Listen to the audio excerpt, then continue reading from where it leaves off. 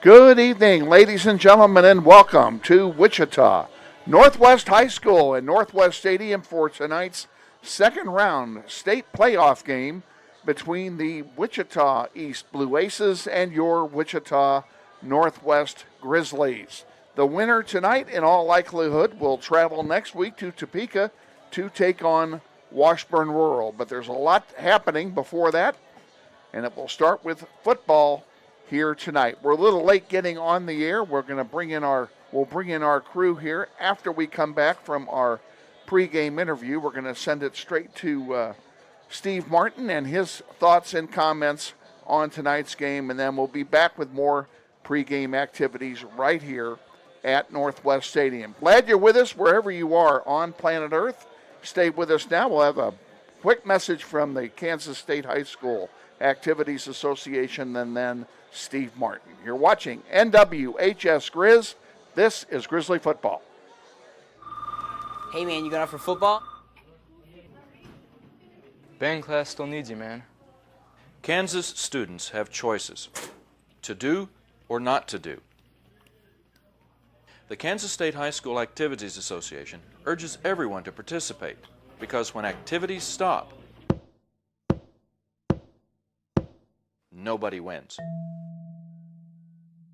Our pregame show continues now, and we're joined as we are before each and every varsity football game by our head coach, Steve Martin. Coach, first thing I want to do is go back to September and something you said in September. In fact, you said it right around Labor Day, and then congratulate you on it because now you're playing in November.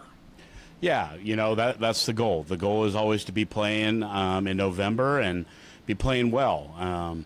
Maybe some people don't look at it that way, but that's how we've always adjusted this program is that, we got these little pre-tests throughout the season, and you either pass them or you fail them, and they don't really count until the finals. And so, we're sitting here, and every week now we get a final, and you win, you keep moving on, you lose, you're done. So, I'm proud of our guys. We've had a long year. We've had some ups and some downs, and I think we're starting to play some of our best football right now on both sides of the ball. So, we're excited to be playing.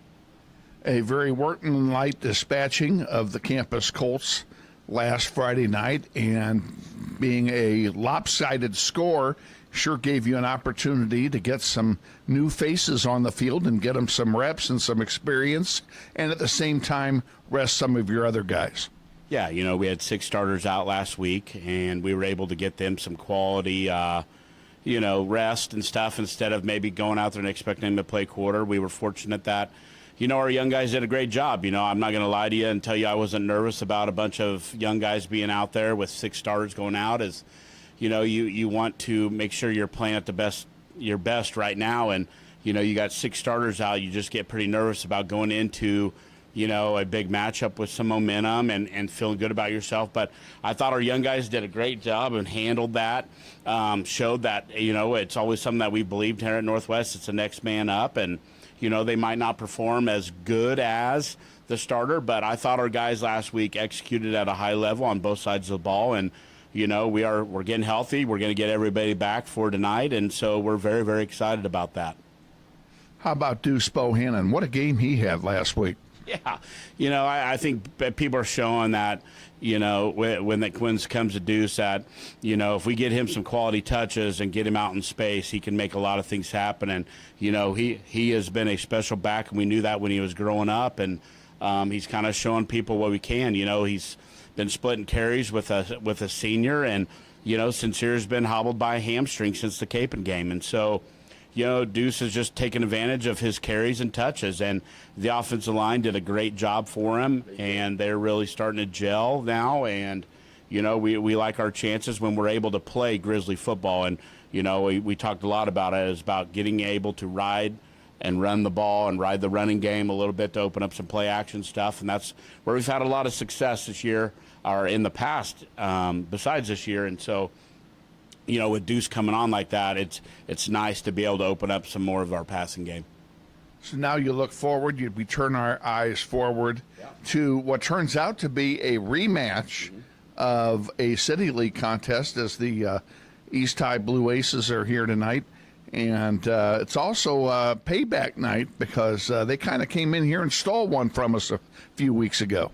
Yeah, I don't know if you call it steal. I know they were ready for that game, and I don't know. I go back and watch that game, and I look how uncharacteristically we played. I don't know if we played very well or not, but that's a credit to them. They did some things specifically on defense that frustrated offensively, and so they had a great game plan, and I'm sure they're riding high and very confident. And anytime you have those kind of athletes like they have over there with a lot of speed and they're confident, it's a dangerous night. But I'm not gonna lie, if I didn't tell you this game, we wanted this game bad.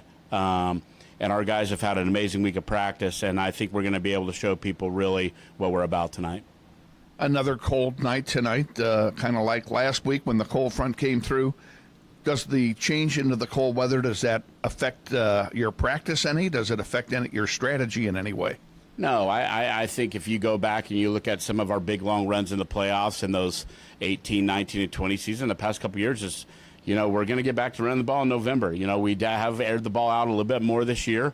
But, that weather, you don't know how it's going to be tonight. We could walk out there at 5:45 for warm-ups, and the wind could be dead, and at 7 o'clock it's blowing, and you never know. That's Kansas football. So, you're going to see a very hard running attack by us tonight that we're going to try to be able to attack these guys and make them line up fast and do it over and over and over again, and then hit them with some play action. So, maybe not what people have saw of us out of September, but they're going to recognize this form of football, and, we call that Grizzly football, and we're going to be playing it tonight.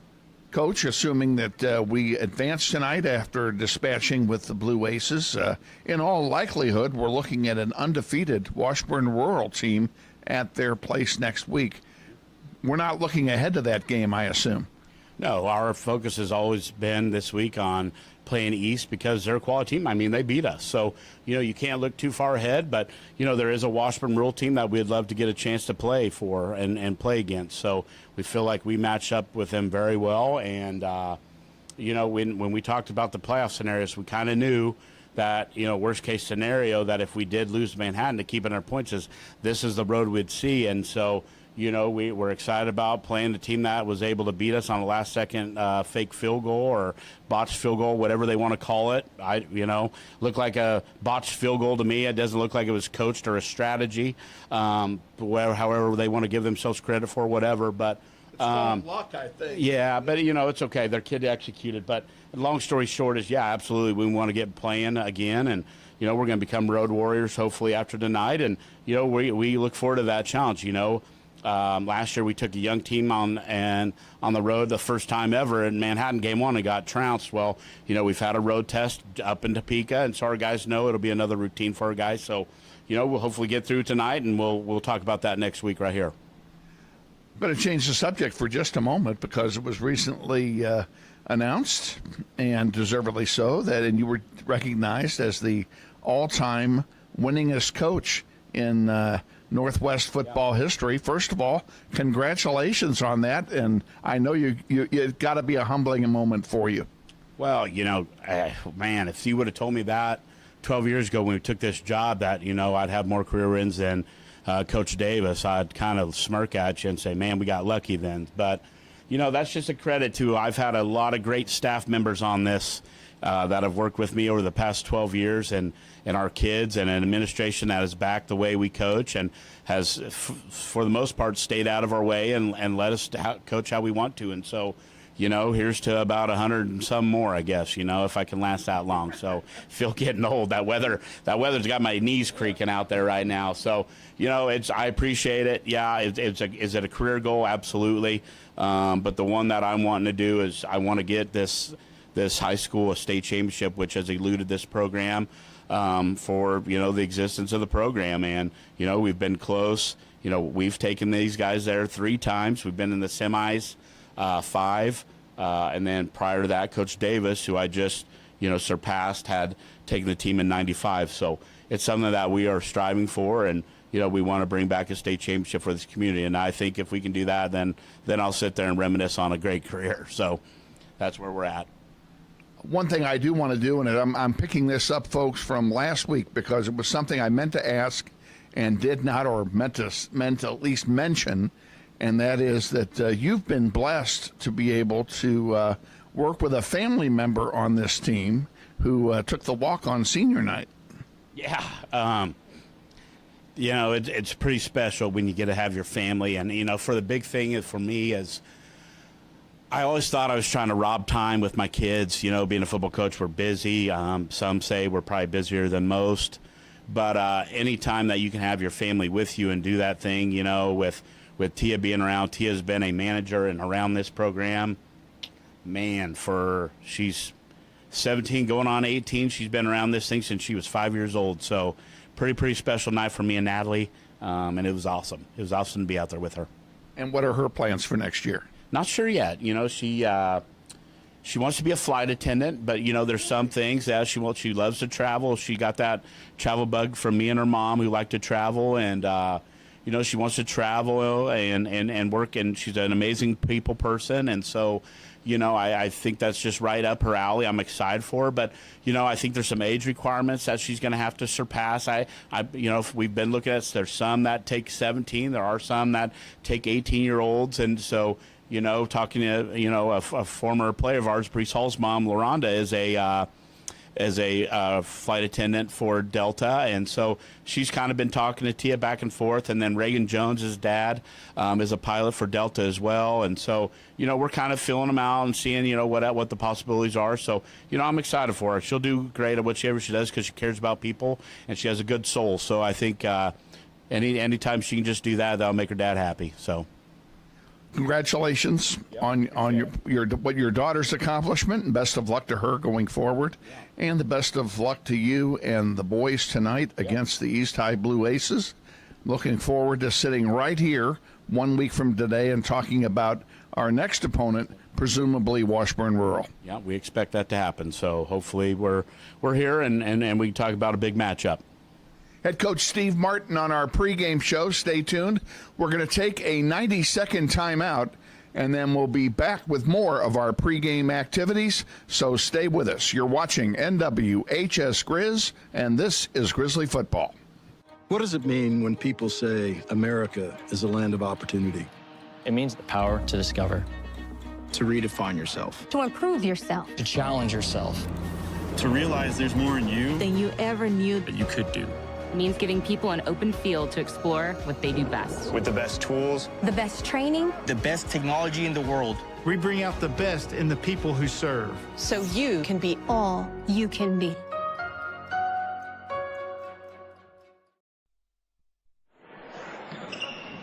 This may sound like a typical high school basketball game being played on a Friday night in Kansas. In fact, it's a crash course in cooperation and teamwork. It's a test of dedication, determination, and drive. It's character development in action. If you think high school sports are only about competition, think about this. High school sports can play a critical role in a student's overall education. In fact, studies show that students who participate in school sports are more likely to enjoy greater levels of achievement in their academic lives. At the same time, playing sports helps teach lessons not covered in the classroom. Lessons like tolerance, respect for the rules, and the importance of supporting your community. High school sports, a winning part of a complete education. This message presented by the Kansas State High School Activities Association and the Kansas Interscholastic Athletic Administrators Association.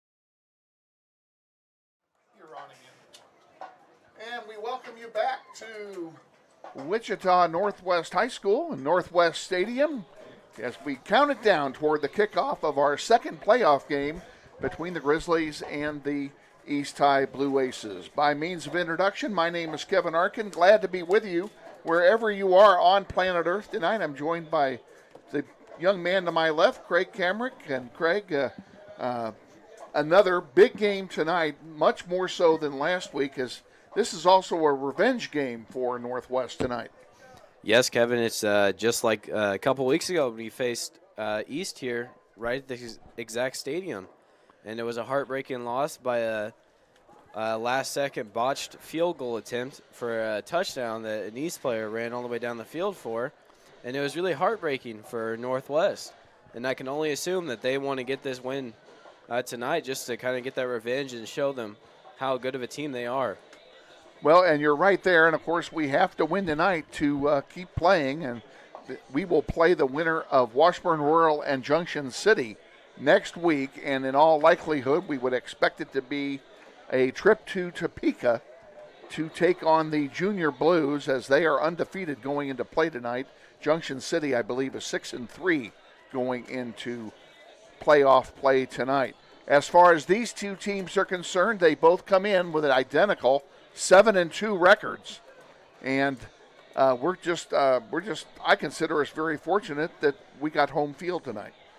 Yeah, because I mean, honestly, it could have been we could have been playing this game at East because we lost to them I apologize. They actually do not play the games at East. I forget do you remember what stadium they play Heights, at? They'll play at Heights. Well, we could have been playing this game at Heights High School, but luckily we were able to get this home game because like we talked about in previous games, home field advantage is really important in the playoffs because you want to play in front of your own fans, and that may also help you play really well as well. And being in your home stadium means so very much, and we're fortunate to be able to be here tonight. So let's, Craig, at this point, let's go ahead and let's talk about the starting lineups for both teams. You actually have one of these. There you go. There we go. Thank you. Yeah, I wrote on mine, so I know that I know which one is mine and which one is yours. So we're going to give you the projected starters now for the Grizzlies, and Craig, will turn it over to you, and you can start with the defense. All right. Thank you, Kevin. Our starting defensive players from Northwest. At the two quarterback spots, it'll be number 8, a senior, Takari Brown. He stands at 6'1" and 170 pounds. And at the other cornerback spot, it'll be number 2, Michael Lopez, senior, 5'6", 140. That's a surprise to me right there. Michael Lopez playing defense tonight. Well, if they're looking for an interception, that would be a good place to go get it. That's from Michael Lopez. He can catch anything thrown in his neighborhood. Yes, put a receiver on the opposite side of the ball. At strong safety, it'll be number 14, Landis Smith, and he is a junior. At free safety, it'll be senior, number 11, Jeremiah Harris. He stands at 5'9", 155 pounds. At the nickelback spot, it'll be sophomore, number 1, John Michael Fountain. At the Sam linebacker spot, it'll be number 31, Jamari Bland. He is a sophomore, and he stands at 6'2". At the Mike linebacker spot, it will be senior, number 22, Jacob King. He stands at 5'10", 175 pounds. At the will linebacker spot, it'll be junior, number 34, Quavon Harris. At the two defensive end spots, it'll be number 20, Peyton Dean. He is a junior. And number 74, Keontis Henderson. And he is a sophomore. And at the nose tackle spot, it'll be number 0, Trey Birch. He is 6 foot tall, 260 pounds, the big old senior on that defensive line. And, this defensive line has done a great job throughout the season. But, boy, we're sure going to miss young Brady Johnson, who is the only player not suited up tonight due to injury. He went down with a severe leg injury several weeks ago, and Henderson did a fine job last week in his stead. But we sure missed that young man on the defensive end spot for Northwest. Yes, Kevin, I can only agree with you with that because it really sucks. I would say the worst thing about sports is injuries. You can't prevent them. They just happen, and they just suck. That's all you can say about him. And Brady Johnson, he was one of the more dominant players on the defensive side of the ball to help make that front three on the defensive line for Northwest really dominant during this season. And that showed time and time again how good they can be. And it just really sucks losing a player like that and his caliber of just helping out the team. And here come the Grizzlies onto the field.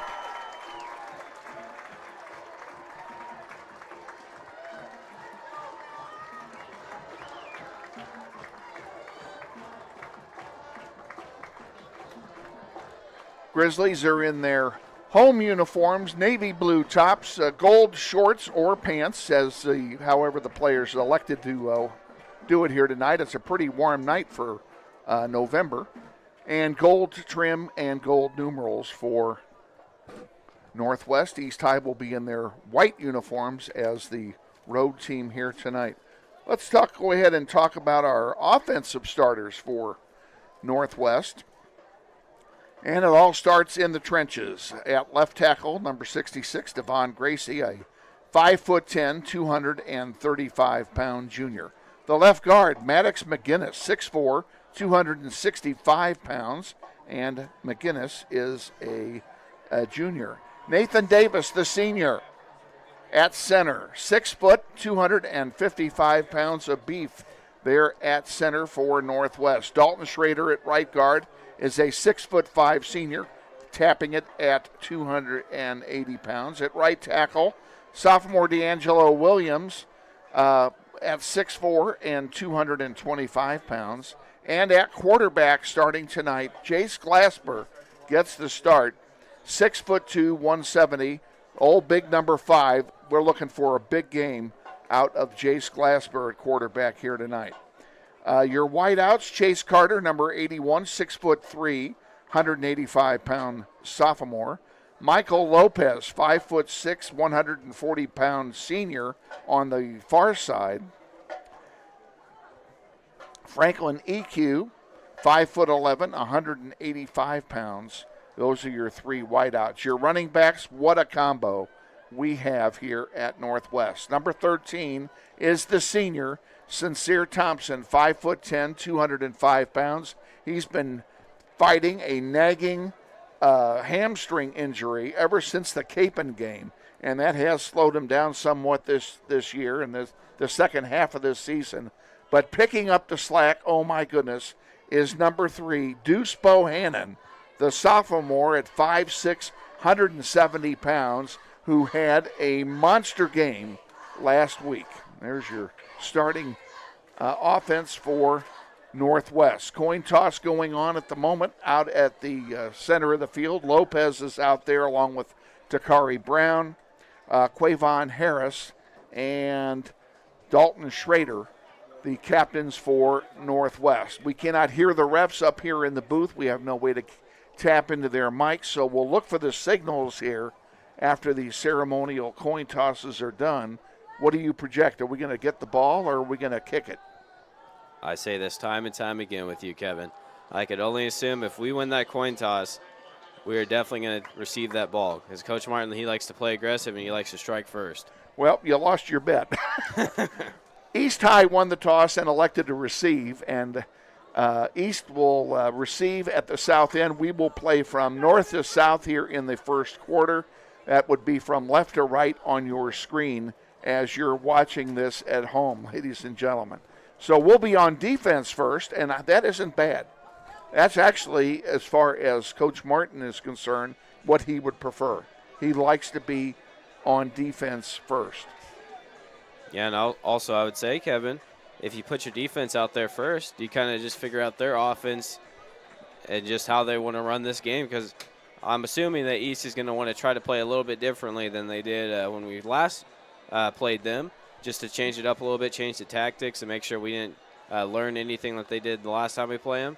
So I'd say having your defense out there first is just kind of either get a really good stop or just figure out, like, why did they get a touchdown or why did they score. So I think I agree with you. Coach Martin is definitely wanting to play his defense first.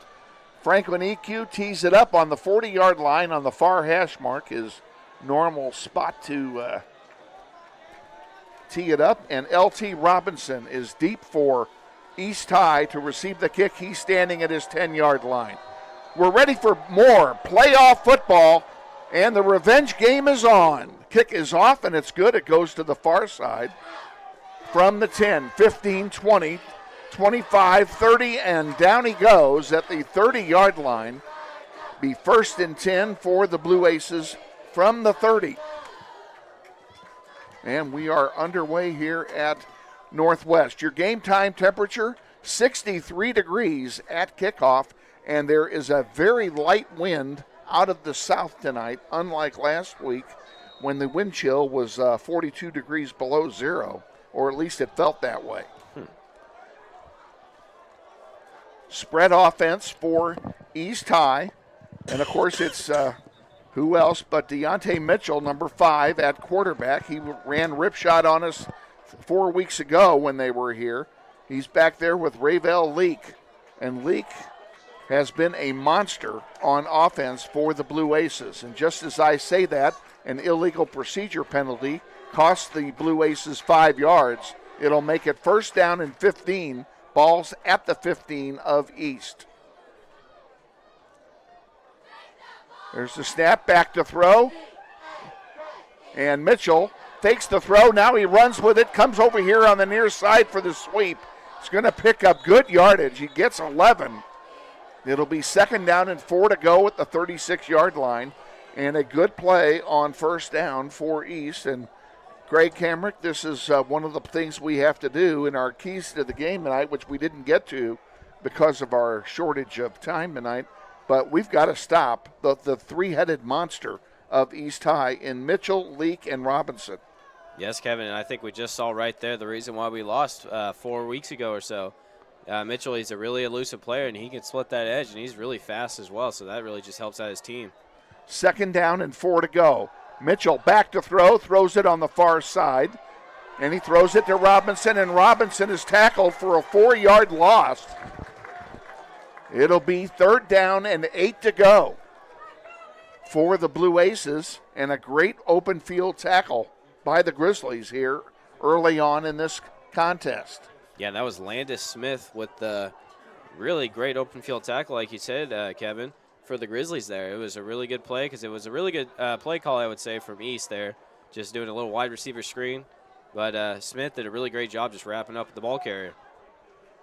Ravel Leak now goes as a wide out. No, he goes as a wide out on the far side, and that leaves Mitchell in the backfield by himself on a throwing down. He goes back to throw it, runs it up the middle instead, and he comes down short of first down yardage. It'll be fourth down for East, and maybe a yard and a half or so to go. And they're going to make it 1 yard to go. And we'll see if the Blue Aces punt it or if they go for it, and it looks as if they're going to go for it. I'd say here, Kevin, this is an early statement that East is trying to make here against this Northwest defense.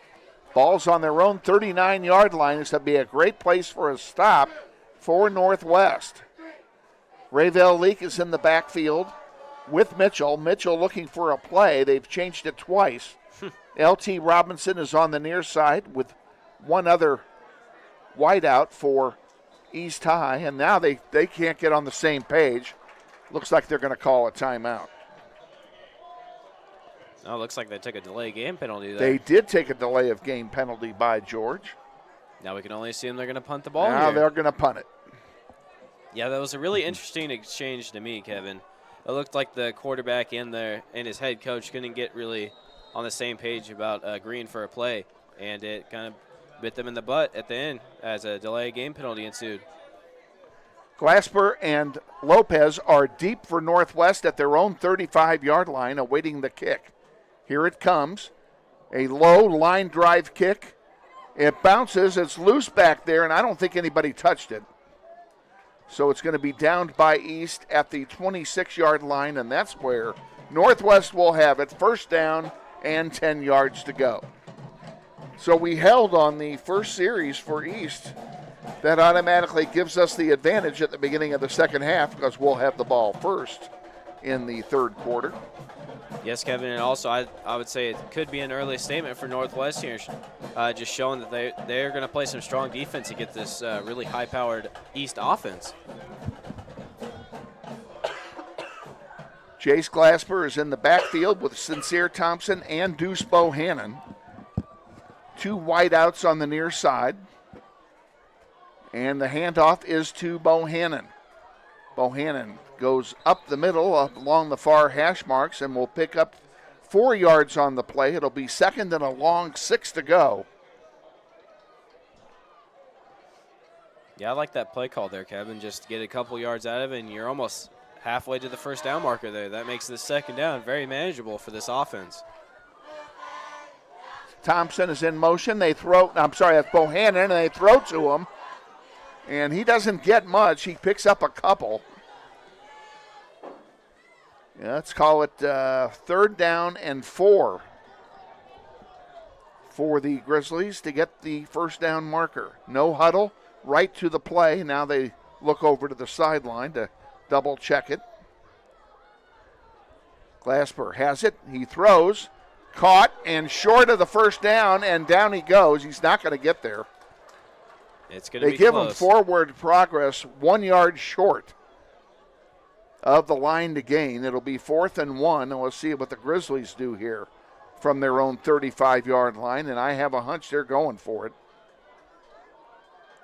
Yeah, I'm going to have to agree with you here, Kevin. It looks like they're going to be aggressive.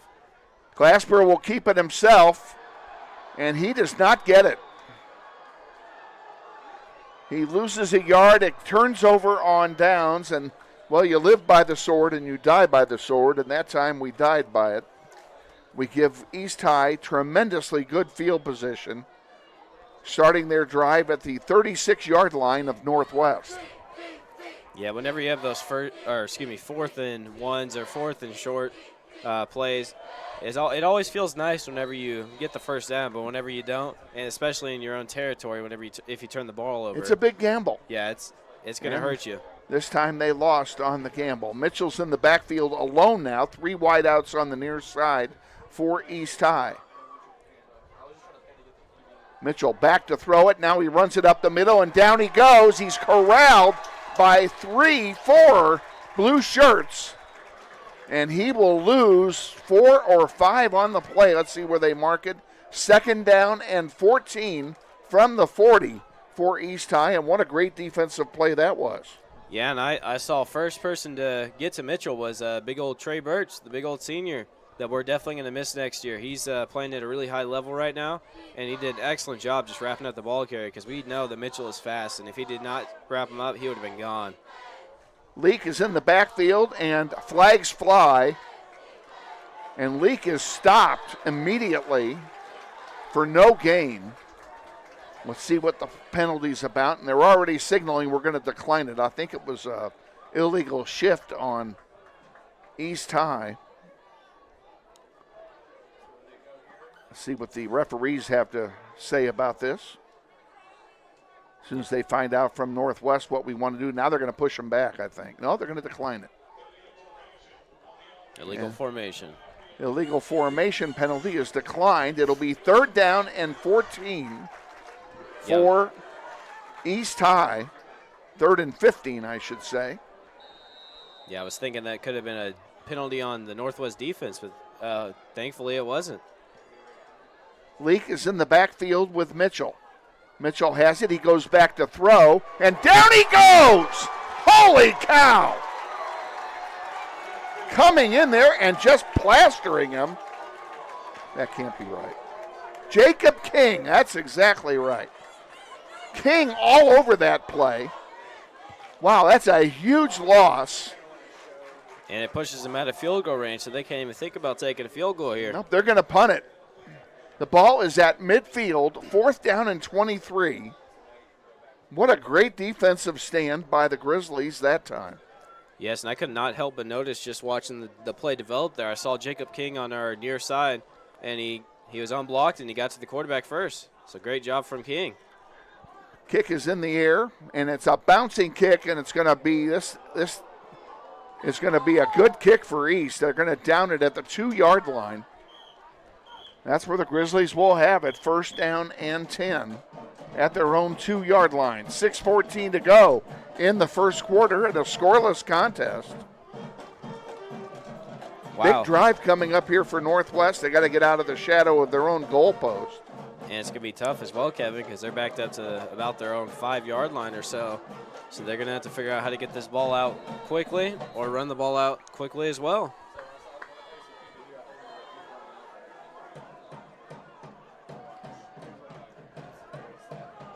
Glasper is standing on the goal line.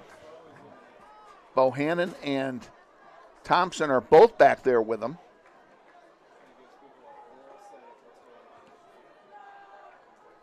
Glasper a yard deep, throws it.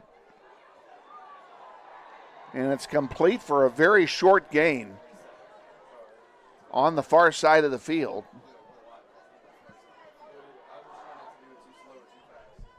Yeah, it didn't look like, oh, sorry, Kevin. No, you're good. That was Chase Carter that caught that ball for a 1-yard gain. So it's 2nd down and 9 from the 4.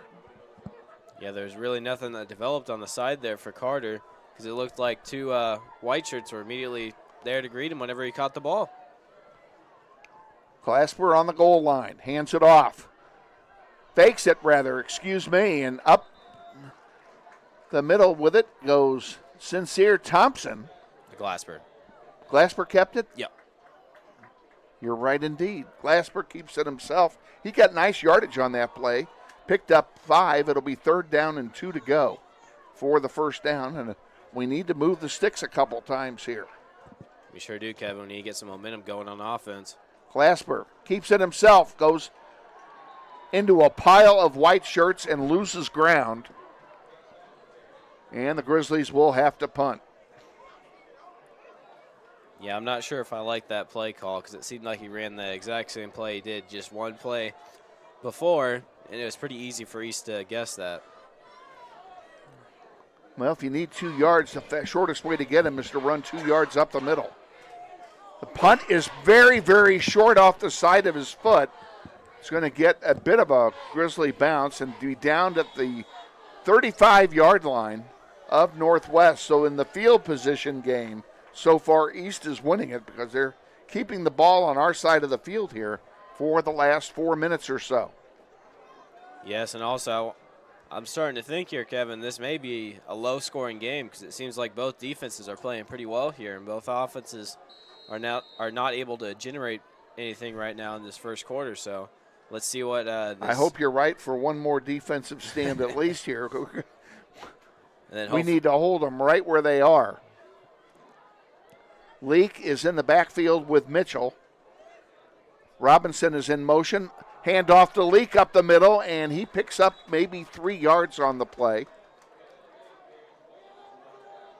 See where they spot that rascal. Let's give him a gain of 3 yards. It's a short 3, long 2nd and 7 remaining. And that was Jacob King doing a great job just tackling the ball carrier low and making sure he goes down. Robinson's in motion again. This is another one. Robinson takes it on the far side. Takes the pitch and he runs forward. He's close to first down yardage, depending on where he went out of bounds. And where they're going to spot it, he is short of the line to gain by 3 yards before he stepped out of bounds. It'll be 3rd down and 3 to go. And I do got to say that Mitchell was pretty lucky there to get that ball out of his hands because it was John Michael Fountain that was in the backfield, and he was about to tackle him. So good job for him to get that ball out.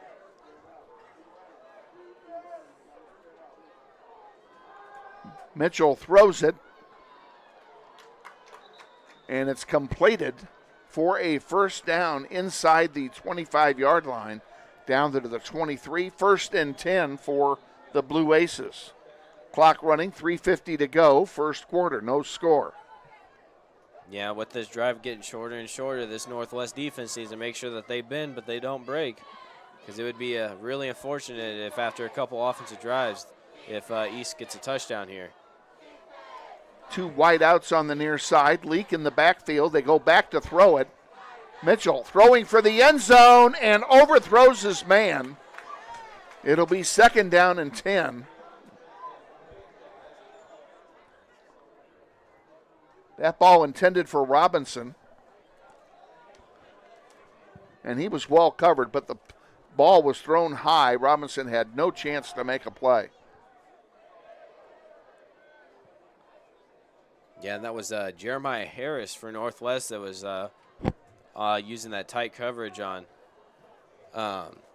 Robinson there. And we were really lucky there because it looked like Harris fell down on that play. But good thing it was overthrown for Northwest. Two wideouts way down here in front of us on the near side. Robinson is up top. And it's a running play up the middle, and three blue jerseys meet and greet. Well short.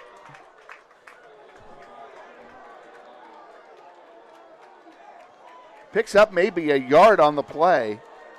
It'll be 3rd down and 9 for East, and this is a big play defensively for Northwest.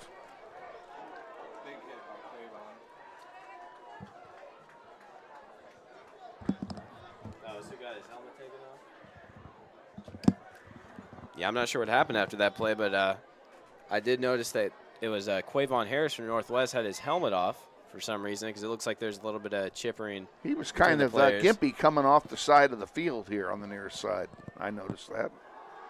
Back to throw is Mitchell. Again throwing for the end zone, wide open, touchdown.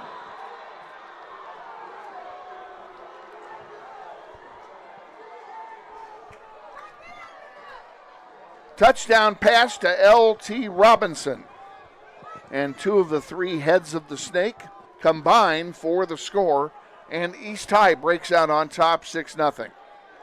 Yeah, and I think that was the worst case scenario there for Northwest, just to end off that defensive drive, because they wanted to show that they wanted to defend first and show how strong their defense was, but they ended up breaking here on this drive.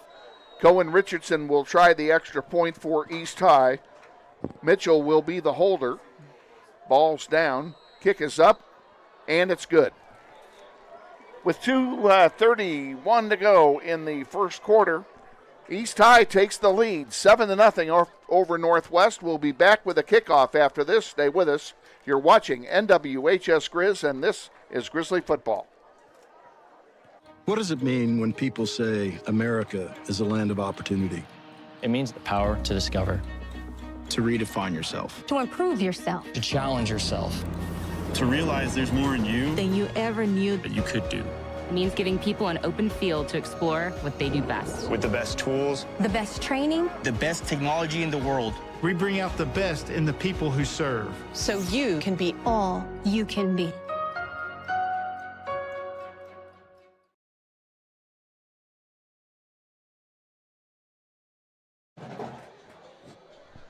Back at Northwest, awaiting the kickoff. Deep for Northwest, it will be Michael Lopez, and deeper than Michael Lopez is Deuce Bohannon. And on the far side is Takari Brown. They've got three men deep now. For this kickoff from Cohen Richardson.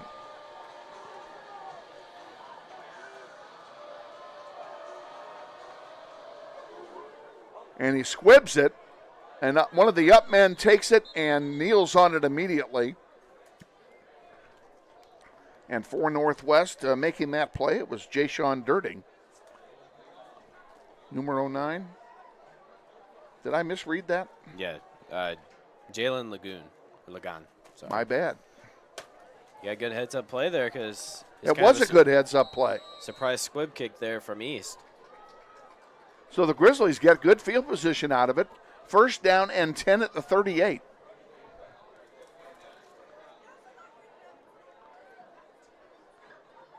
Glasper keeps it himself and is immediately swarmed over for a loss.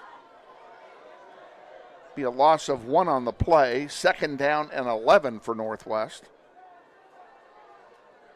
Yeah, and it looked like the blocking there for Northwest just didn't really develop on that run play, because Romello Goldston for East and Porter Blankton, they were both in the backfield pretty quickly to get Glasper down. Here's a pitch on the near side to the Deuce, and he picks up good yardage on the play, gets knocked out of bounds at about the 41. It's going to be 3rd down and a long 6 to go for the 1st down for Northwest. Clock running, 1:40 to go in the quarter. Back to throw, caught, and first down yardage by Michael Lopez on the reception from Jace Glasper. They'll move the sticks. He needed 6 yards on the play. He got 7. Up the middle now. Good yardage on that play. 5 or 6 on that carry. You know, it seems like the last meeting with East here, Kevin, seems like running the ball up the middle wasn't really ideal for Northwest because it seems like it got stopped immediately every time. Back to throw on second down is Glasper, complete to Lopez on the near side. He's got first down yardage. It'll stop the clock as he goes out of bounds. First down and 10 Northwest. That was a gain of 13 yards on the play. And Northwest is starting to build some momentum here on offense. High snap, and Glasper keeps it himself and is immediately tackled. And I'm going to give credit where credit's due on that play. As Romello Goldston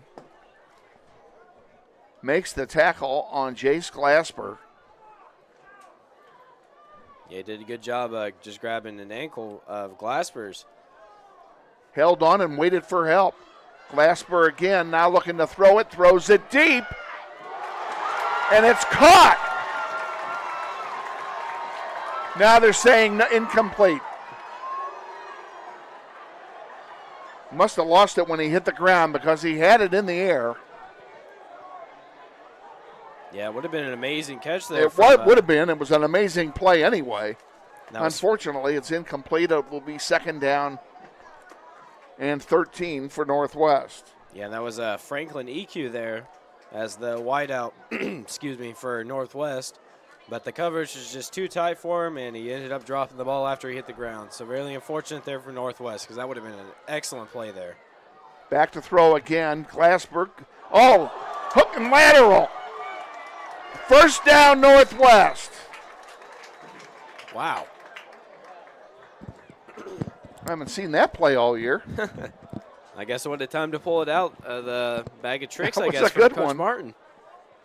Completed pass, instant turnaround, lateraling it off, and the lateral gained him another 5 yards. Now the referees are talking, and I thought I may have seen a flag fly in there.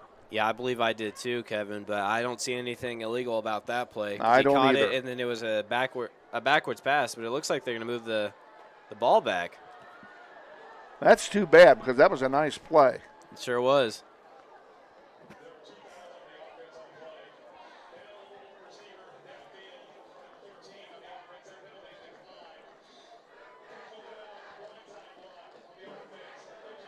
Two fouls against Northwest. One was illegal man downfield. And then I believe the second one was an illegal blindside block. Yeah, and so they'll enforce the blindside block because that's 15 yards. So that's going to make it third down and very, very long for Northwest. Gosh, 25 yards. Looks like they brought Mason in at quarterback. And Mason is sacked in the backfield. It'll be fourth down, and the Grizzlies will punt. Well, that drive, which had so much promise, sure fell apart in a real hurry, Craig. It sure did, and that's really unfortunate for Northwest, and that did end up ending the first quarter there. But yeah, really unfortunate because it seems like we had two big plays, but one was an incomplete pass, and then one got called back due to penalties. So this Northwest offense, they need to figure something out. End of the first quarter, Grizzlies trail 7-0. We'll be back with the second quarter after this. Stay with us. You're watching NWHS Grizz.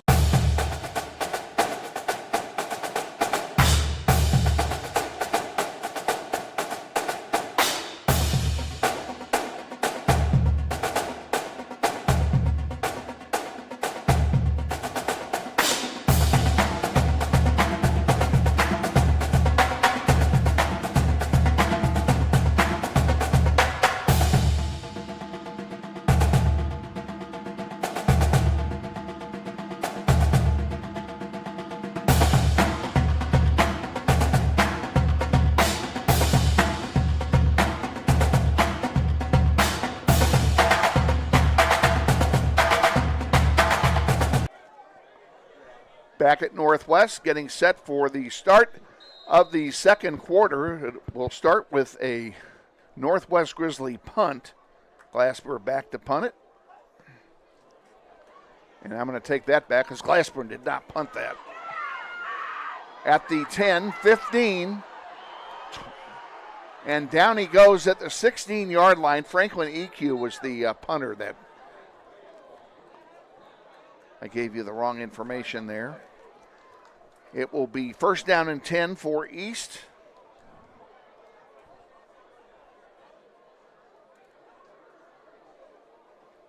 And if I saw that right, the ball should be on the 16 or 17-yard line. And also, I could not help but notice, but it was Sincere Thompson that was in on that tackle. I did not notice that. Good for you. Very interesting to see him kind of play special teams there and get a tackle there. But great job wrapping up the ball carrier because that carrier was really explosive there, and that was Marcus White for East. He caught that ball at about the 10-yard line. I was surprised he didn't take a fair catch, but he outran Glasper and Lopez. And they've evidently called a holding penalty on East on the return because they've moved the ball back now to the 8-yard line. And East High will have it first down. Mitchell and Leak are in the backfield. Leak got the handoff, and he is immediately swarmed under there. Quavon Harris was the first one to get to him. It'll be second down. Pretty decent gain given the fact he had 3 guys on him. Gained 4 yards on the play. Second and a long 6. Yeah, and from my perspective, Kevin, it didn't actually look like he gained too many yards there. But I didn't think he did either. There's also so many bodies that were in the way of the ball carrier, so who would have known?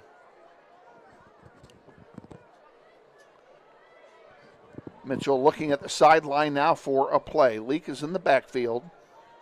2 wideouts on the near side. Robinson is one of them.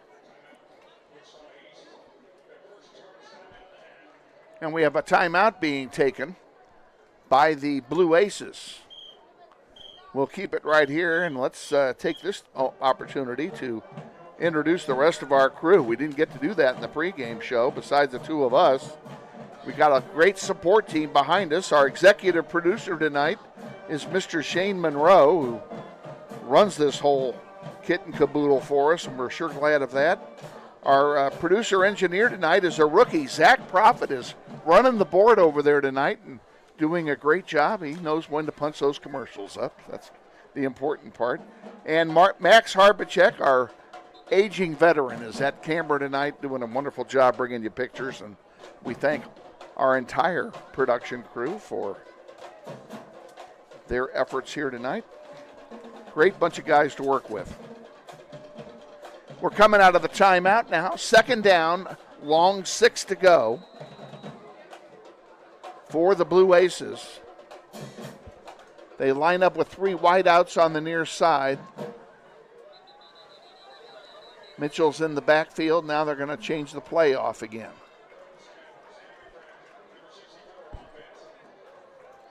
No, we have a penalty against East of 5 yards for illegal procedure. Yeah, that false start pushes East. Look, I'm not sure if it's 5 yards back or half the distance to the goal line here. But probably a combination of ingredients. The bottom line is it's second down and 10. That sure helps out this Northwest defense here. Then they need to get a stop here desperately and not let East gain any more momentum that they already may have. Mitchell has it, goes back to throw.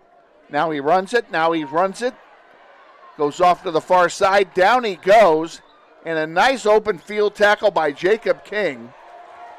And boy, did that flag go flying. I think that flag almost hit one of the light standards. It was thrown so high. Yeah, and I wonder what that penalty is going to be about. I would expect an unsportsmanlike. That's my guess. It is unsportsmanlike against East High. That'll move it back half the distance to the goal. So that good play is kind of wiped out by a penalty there. And that was a dead ball foul, so that play should count. We'll see We'll see how they handle it here. I wish we could hear that guy. I really do.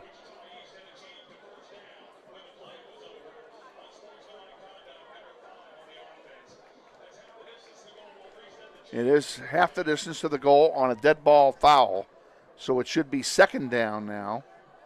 I think he said they're going to reset the chains because it was after the play, after they got the first down. So it's going to be 1st and 10. Oh, he said that? Yeah, I believe it's going to be 1st and 10. I didn't think they had a first down. It was it was pretty close, but I think since it was after the play, I believe the referee said he's going to reset the chain, or they're going to reset it. And yeah, it looks like they do now. Oh, yeah, it is a first. That's how that mess all sorts out. And that does make sense since it was a dead ball foul. And this Northwest defense, they need to take advantage of these penalties because that's 2 now. That's kind of cost East some field position. They need to take advantage of that now. Mitchell and Leak are in the backfield. Leak goes out of the way. Mitchell has it himself. Looking to run now. He sweeps up the far side. He's got room. Big run for Devontae Mitchell all the way out near the 40-yard line. A gain of 30 on the play. And they're going to mark him down at the 45-yard line before he got out of bounds. 35-yard gain on that running play, and I thought for a moment that might have been a busted play. Yeah, you know, Kevin, I think I just ate all the words I just said. But it was a good play, I would say, there, because it was a fake handoff one way, and then Mitchell ran the other way, and that was just open field there. No one's going to catch him because of how fast he is. So and like you said, I'm not sure if that was the play call, a fake handoff and the flip it the other way, or if it was just a busted play like you said. But either way, it worked out for East here, and it got them some big yardage, and now they're in a better spot than they were. They got them out of the shadow of their own goal post, out near midfield. It's 1st down and 10. And it looks like we have an injury timeout for an East player. Yeah, and I can't tell who that is that's down over there.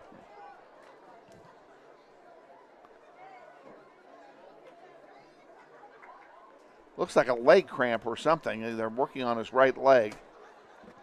And is it Leak? No. Oh, it's number 0 for East High. And what happened to my East High roster? That's going to be Carlin Ransom, the junior receiver. So hopefully nothing crazy going on with him, and hopefully he's able to come back into the game. And we get ready to start again here. It's 1st and 10 on the 45. 10:27 remaining, first half. Grizzlies down 7-0. And back goes Mitchell to throw. He's got a man open. And a great defensive play over there. Breaks up the pass by Takari Brown. Thank you, Mr. Brown. You saved us perhaps 6 points. It'll make it 2nd down and 10. Yeah, and I got to tell you, Kevin, I was kind of holding my breath there during that pass because it seemed like the receiver was gaining a little bit of separation between Brown there. But no, Brown, he was able to catch up to the ball. He caught up to him. He had good coverage on that play. That was very well defensed by Takari Brown. Yes, and the thing about it as well is that he was able to get his hands in between the receiver and the ball without drawing a pass interference penalty. Exactly. Leak and Mitchell in the backfield. And do we have another timeout being called here? Yes, by East, I believe. Well, let's take this timeout with them. 10:21 to go. First half, Grizzlies trail 7-0. You're watching NWHS Grizz, and this is Grizzly football.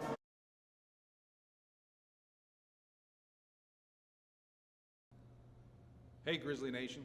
This is Eric Hofer-Holdeman, your principal at Northwest High School. Did you know Grizzly Pride is the combined booster club and PTO here at Northwest? They support both athletics and academics. We're asking you to join Grizzly Pride this year. Due to these extraordinary times, Grizzly Pride doesn't have the same fundraising opportunities they normally have, and we need you to join and offer your donation to help Grizzly Pride out. Go to our Northwest webpage, join today. Go Grizzlies.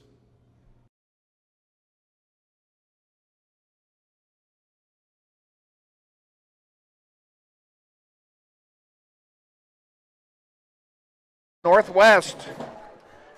With Craig Cameron, Kevin Arkin with you. It is second down and 10 for East as they come out of the timeout. Now they're going to get drawn for a foul.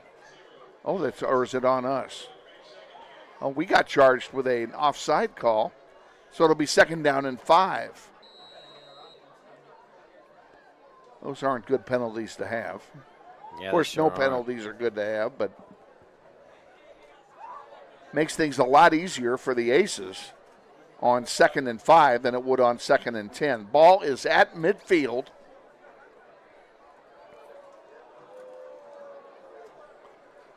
Leak is in the backfield with Mitchell.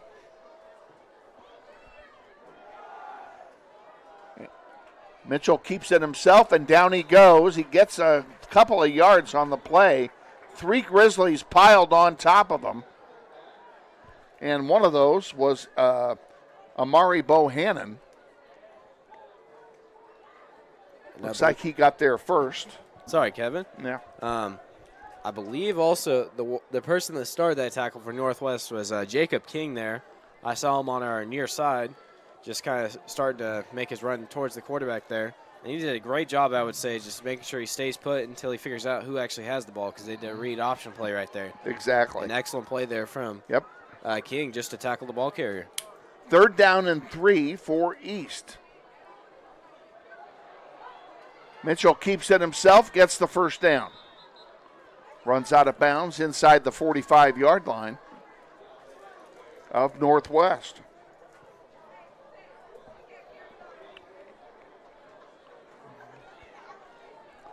And this drive for East High started back on their 9-yard line. And they've held the ball now for almost 4 minutes.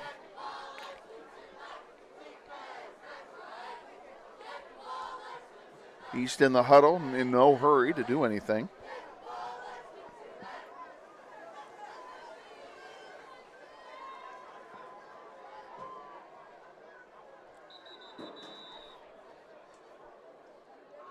And now we have a timeout being taken by East.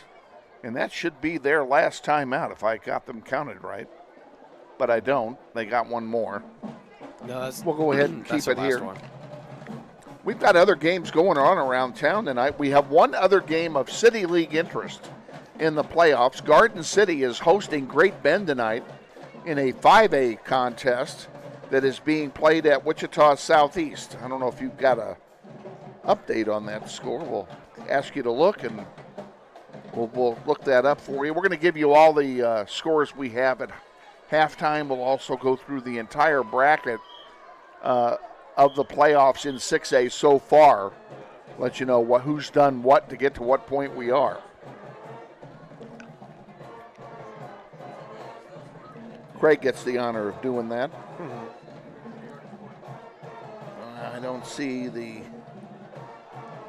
Capon game on there. Well, there's a bunch of games tonight, but not. Oh, here, there's one. There's a good one right there. Washburn Rural and Junction City are tied at 7.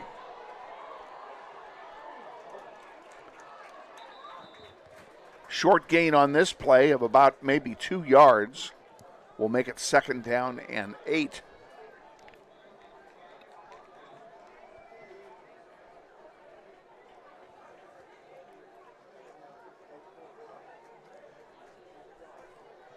Capon and Great Bend are tied at 7. They're still in the first quarter. Again, that game's being played at Southeast High tonight.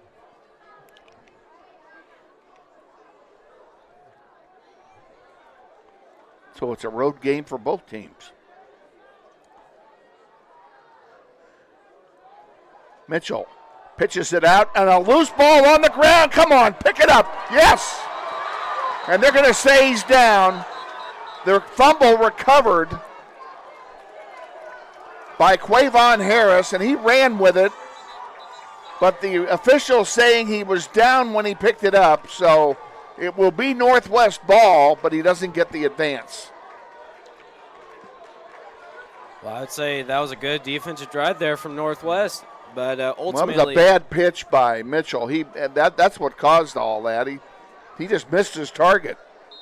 Yeah, that was ultimately just the mistakes from that East offense there, and I wouldn't even be angry with the referee's call there because it was pretty close there if his knee was on the ground. It was close, and quite frankly, I did think he was down. So I think that call could win it either way. He had a knee down when he picked it up. So it's first down and 10 for Northwest. The ball is placed at the, and I'm moving it back 5 yards for some reason.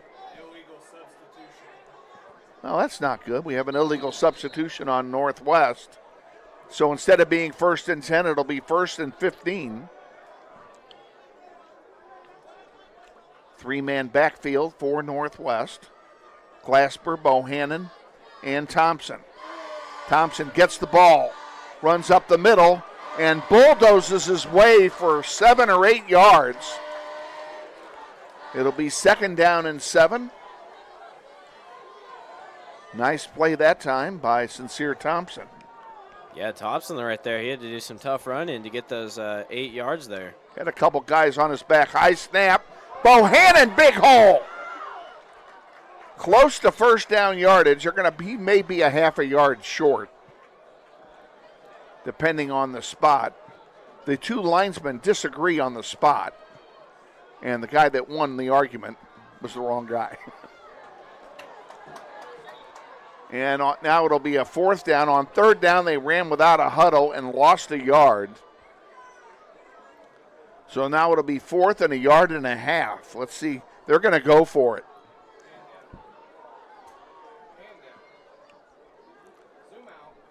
Mason is at quarterback for Northwest. Thompson in the backfield with him. Deuce Bohannon is one of the 2 wideouts on the far side. 2 down here on the near side as well. Mason throws it, and it's incomplete, and that'll turn it over on downs.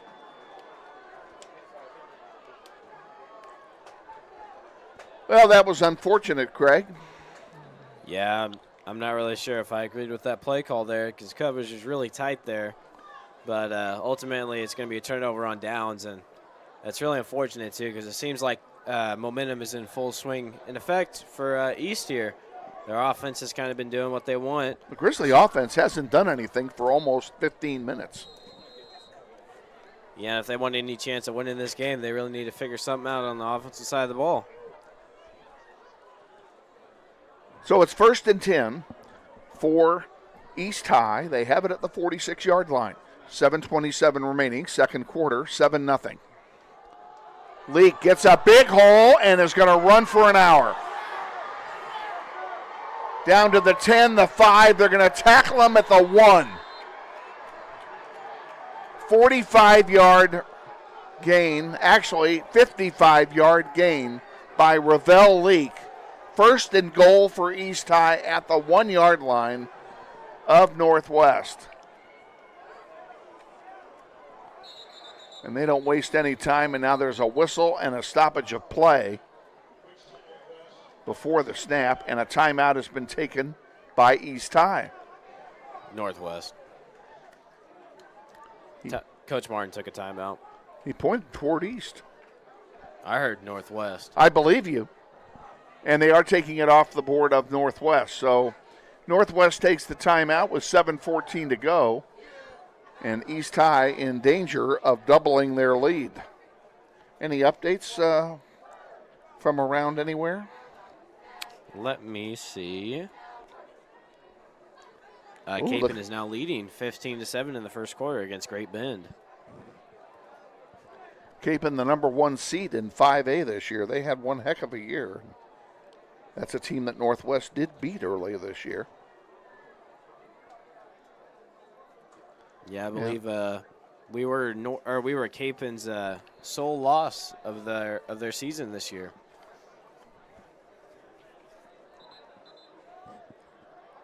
And we were down by several scores in that game late and managed to come back. So, we were kind of lucky, not lucky, but we were fortunate to be able to come back.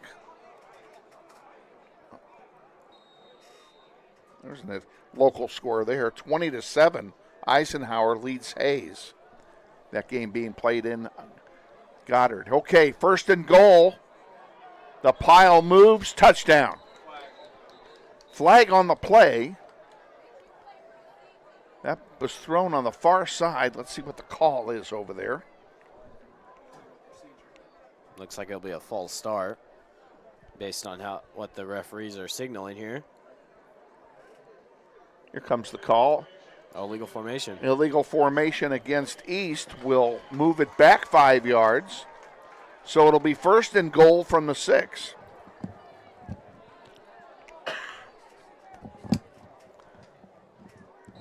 So that touchdown does not count.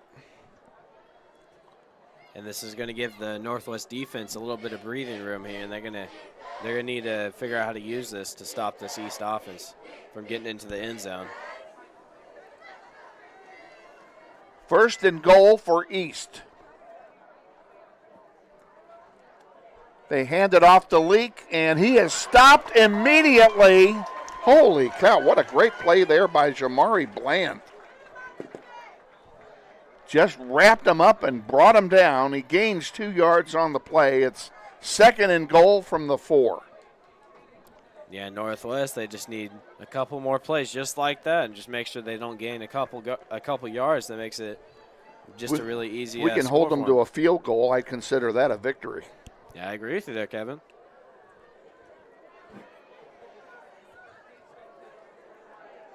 And on 2nd down and goal. Leak in the backfield again with Mitchell. He throws this time. And it's a touchdown. I was waiting for him to signal incomplete. At least I was hoping for that. And it didn't happen. A 4-yard touchdown pass makes it 13-0. And Richardson will come on and try the extra point.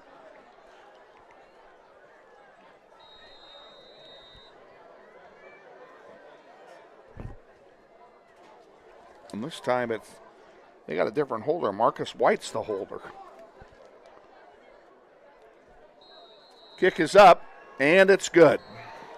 6:21 remaining in the first half, and it's East High 14, Northwest 0. We'll be back with the kickoff after this. Stay with us. You're watching NWHS Grizz. This is Grizzly football. What does it mean when people say America is a land of opportunity? It means the power to discover, To redefine yourself. To improve yourself. to challenge yourself.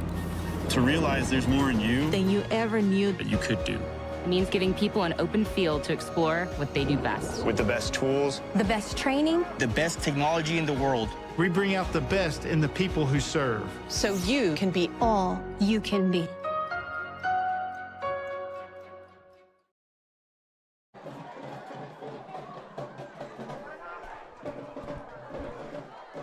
Back at Northwest Stadium. Awaiting the kickoff from Richardson, going back deep for Northwest. It'll be Sincere Thompson, Michael Lopez, and Deuce Bohannon. The trio deep, Bohannon deepest at the 10.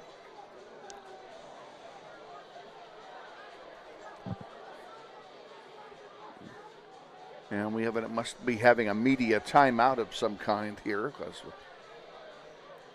the officials are not in any hurry to get things started.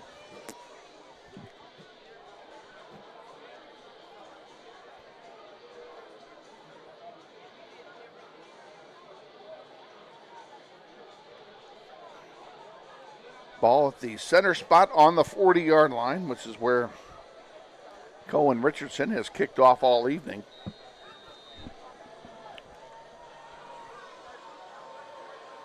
And here we go.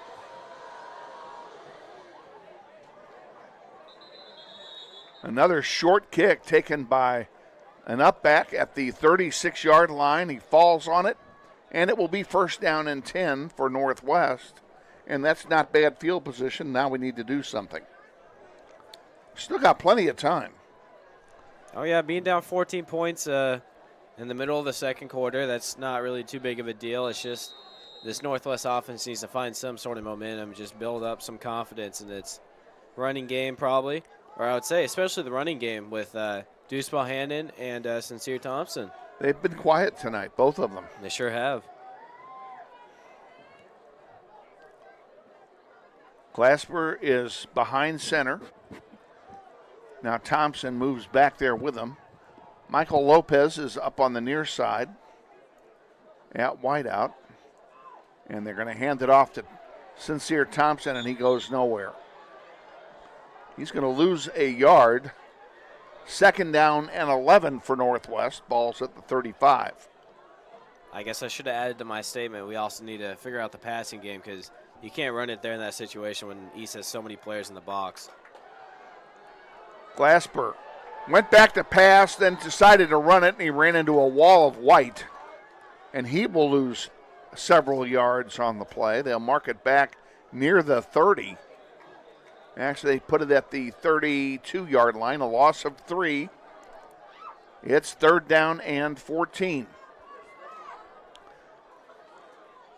Glasper again. Now he throws it long, and there is nobody in the neighborhood. Closest person to that one was Brady Johnson on the sideline.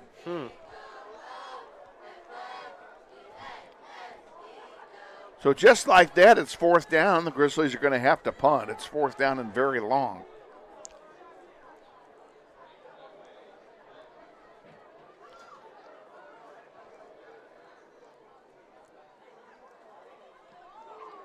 And the punt is in the air. And it's a beauty. I mean, it is a beauty. It stops at the 10-yard line. 48-yard punt.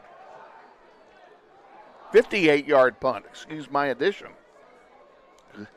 Nice punt that time by the Grizzlies. It'll be 1st and 10 for East with 5:19 to go in the half. And the Grizzlies need something good to happen here. A turnover, they definitely need a stop. We certainly don't want to go into halftime down 3 scores. Yes, I have to agree with you there, Kevin, because that's probably the worst case scenario here. And the offense also needs to find its legs as well. Mitchell and Leak. Leak gets the ball, runs it up the middle, and he is brought down there by Peyton Dean. Gain of 6 on the play. It'll be 2nd down and 4 for the Blue Aces. Ball out just short of the 16-yard line. I would say right now, Kevin, I would say Coach Martin, he needs to call some more aggressive plays here on defense just to kind of try to get to the quarterback or halfback as fast as they can to just stop them from moving up the field here. Back to throw is Mitchell, and he throws it deep on the far side, and it's incomplete. And there goes a flag for DPI. That'll be a 1st down for East High, and absolutely nothing going right for Northwest here in the first half. Yeah, it originally looked like a good pass breakup there for Landis Smith. And, yeah, it is going to be a pass interference call. But I think right at the end of right whenever the ball hit the ground, I believe Smith kind of just tugged on the defender's arm, or excuse me, the receiver's arm there. And I think that's why he got called for pass interference there. And as you can see, Coach Martin, he is not happy with that call. Nope, he called the ref over to ask about it. The explanation was brief, and Martin is satisfied with it. Now, what are they doing here? Well, we're moving the ball all over the place. Oh, they originally marked it to the spot of the foul instead of 15 yards. So it's 1st down and 10 from the 31. Pass interference in high school is not a spot foul. Man in motion, up the middle comes Leak, and a flag goes in the backfield. That would indicate a probable hold. This play is in all likelihood going to come back.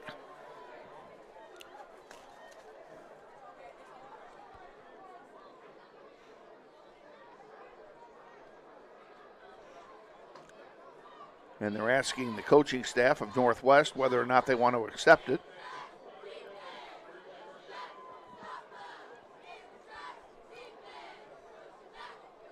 I think it would have been fine either way if Coach Martin accepted or declined that penalty, because it was a stop either at the line of scrimmage or maybe a 1-yard loss there for Northwest. It was a good play there just to kind of get that stop on that run play.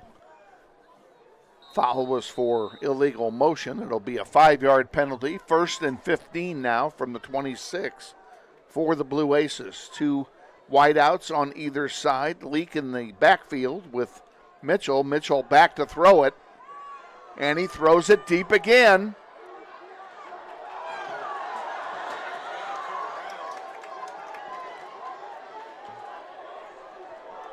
Looks like they may call another pass interference call here. They may, indeed. And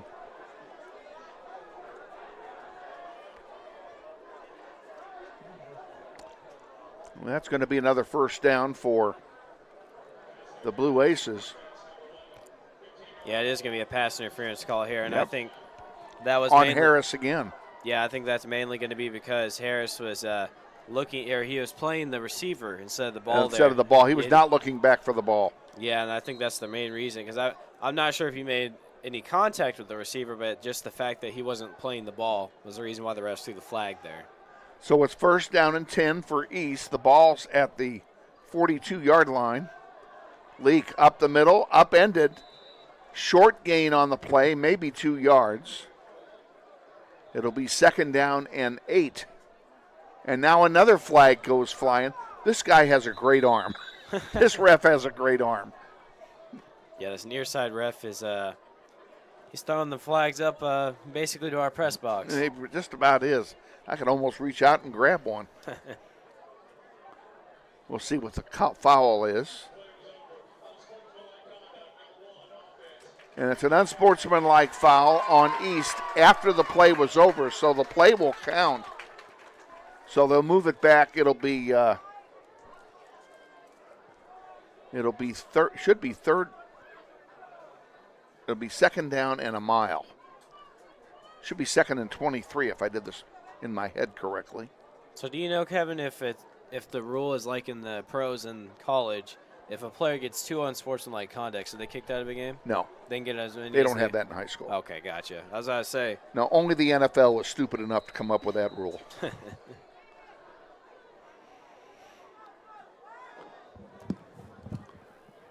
Mitchell by himself, and he is grabbed and gang tackled. 5 guys have him, and down he goes. He will lose a couple on the play, and it will be 3rd down.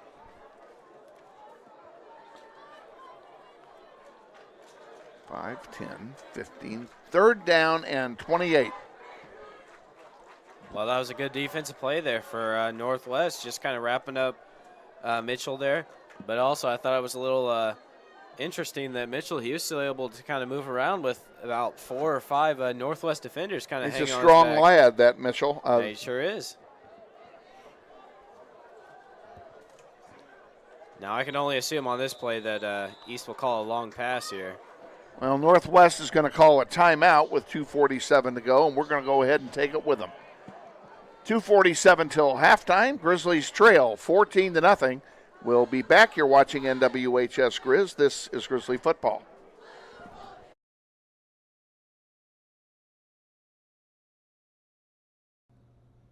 Hey, Grizzly Nation.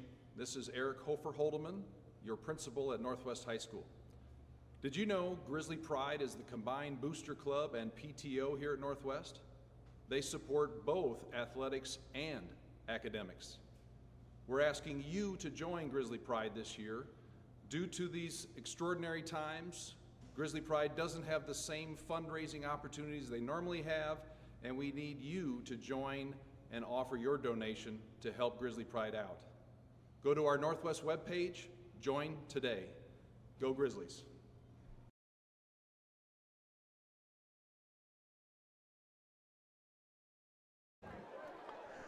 Back at Northwest High coming out of the timeout. Cape and Mount Carmel has extended their lead over Great Bend, 22-7. They're still in the 2nd quarter of that game. Washburn leads Junction City 13-10 in the 2nd quarter. And Derby is leading Lawrence 20-6 at halftime. All righty. Back at it here. 3rd down and 28 to go.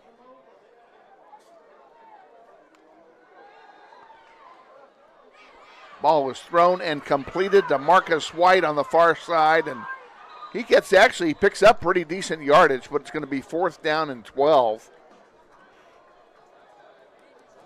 after the play's over. Yeah, very excellent defensive drive there for Northwest. And I think the only way to reward the defense here is just for the offense to come up with a touchdown on this next ensuing drive.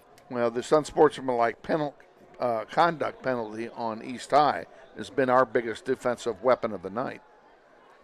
Yeah, and I think penalties has kind of hurt both teams at the start of this game. Here comes the punt to either. It'll be Bohannon taking it at the 43. Out near midfield, down he goes. It'll be 1st down Northwest at the 49-yard line. And still plenty of time. We got to get the Schneider off the board. We sure do, Kevin. And just to clarify, it was I believe it was Glasper that was on that last punt return for a couple yards there. Oh, my mistake. But we sure do have to get this 0 off the board. It's really ugly right now. Oh, 5-yard penalty coming up for Northwest here.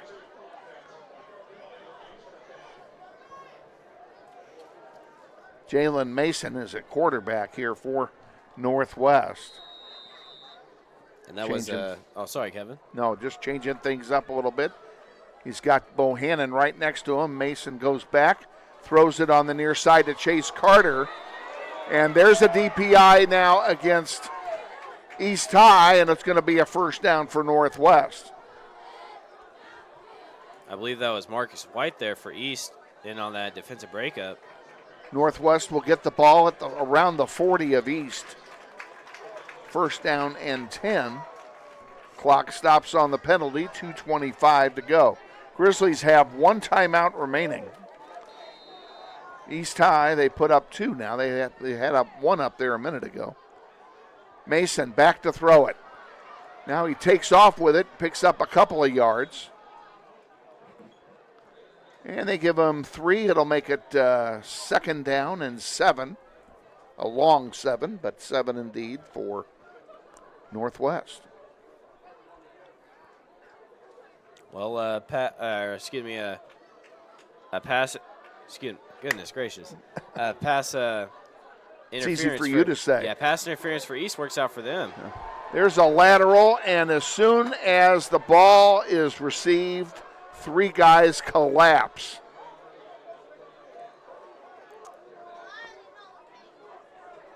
Well, what I was trying to say before I stuttered a little bit there, sorry to everyone watching at home, but it seemed like a pass interference call for East helped them out for a little bit, and then the drive just stalled out. And then right here, a pass interference call helped this Northwest offense, but after that last play, just getting stuffed in the back of the backfield.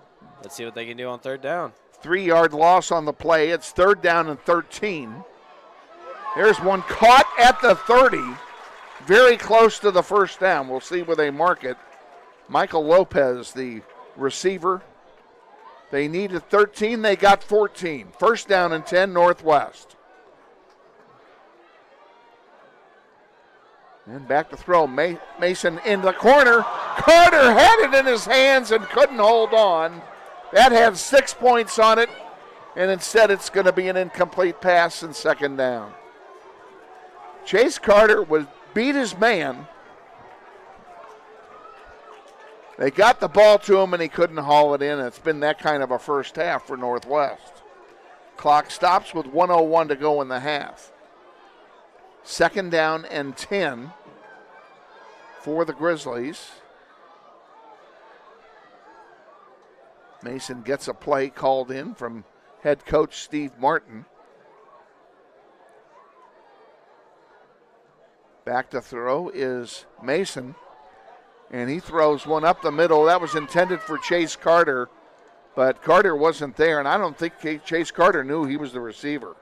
He was not looking for the ball at all. He was throwing a block. Yeah, I'm not sure if the intended target there was Carter. He was the closest one to it. It looked like Lopez possibly could have been the target there, but that was way possible. overthrown. Yeah, I think maybe if you stack two Michael Lopez's on top of each other, maybe you could have caught that. But other than that, yeah, that ball was nowhere near. That was not a well-thrown ball. Yeah, it sure was not. Okay, Mason and Bohannon are in the backfield. 3rd down and 10. Hands it off. No, he keeps it. And the ball is tipped and caught up the near sideline. Now the question is it enough for a first down? Sure and they're is. moving the chains, so it is. Sincere Thompson catches a pass that was tipped by the defense. What a break for Northwest. Mason again into the end zone. Carter can't get to it. That would have been a sensational catch had he made it. Yeah, it sure He did would've. get a hand on it, but couldn't haul it in, and it will be 2nd down and 10. 42 seconds in the first half remain. And I kind of feel bad for the sophomore receiver right there, Chase Carter, because that is his second possible touchdown that he could have had on this drive. He's just kind of seems like some shaky hands out there. Mason again, now he rolls out to the far side, looking to throw it, does. It's caught. Wow. That was some hit put on. I believe that was Lopez that took that hit. Yeah, I'm glad he got up, but he was hit hard. And he's ready to run another play, so nothing bad happened to him there. Gain of 3 on the pass play. It's 3rd and 7. And that ball is deflected, hits the ground, incomplete. It will be 4th down. Now what do you do? It's a long field goal for John Lee, who hasn't kicked the ball all night. Looks like they're going to go for it, and I would agree here with only 11 seconds left. Actually, looks like a timeout's going to be taken here. Grizzlies will take a timeout. We'll keep it here. All right, let's strategize. Your choices are to go for it on 4th down, knowing that if you East took the timeout, so we still have one. You would have a timeout to work with if they caught it in the field of play. You could try a field goal, but a field goal from here would be 18, 28, and 7 is 35 yards. That is makeable for John Lee. But it's only 3 points. Yeah, I would say you feel a lot better if you have 7 on the board before halftime rather than just the 3. Yes, of course, Kevin. And I would say it's probably not the safest option to go with, but I think the best option here is to try to go for a touchdown here, maybe possibly get a first down, and then get the ball out of bounds to where it stops the clock, because they only have only one more timeout to work with here, so they're going to have to be smart with the clock here. Well, they got to get at least a first down. They need to get 7 yards on this play on 4th down to get the first down. That's the first thing. Then they can call timeout. And that's going to start with some blocking here on the pass, because it seems like the last couple of plays, Jalen Mason has had no time to think where he wants to pass the ball. Lopez in motion. Back to throw is Mason. Comes over to the near side. Puts it up. It's blocked and intercepted.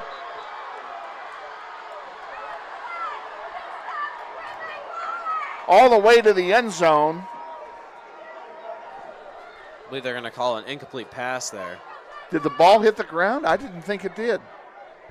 Well, now I think the question is, did Mason get his arm forward in the throwing motion? I would say yes. I thought that was a batted ball. It almost looked like he threw it straight up. Referees are talking this one over. Well, I think either way, since they blew it dead, I don't think they can give him the touchdown. They won't give him the touchdown because everybody stopped when the whistle blew. We're watching it on instant replay here in the booth, and it is an interception. And I don't know why they blew the whistle. That doesn't make sense to me. I almost thought it was a fumble, and that's what they were calling it. I thought the ball hit the ground to where if it was a fumble, it would make sense for them to take the ball all the way end zone. And it actually looks like there's an injured East player by the end zone. Well, yeah, there sure is. I wonder if that's the young man that caught the ball. We can't tell who that is. Now he gets up and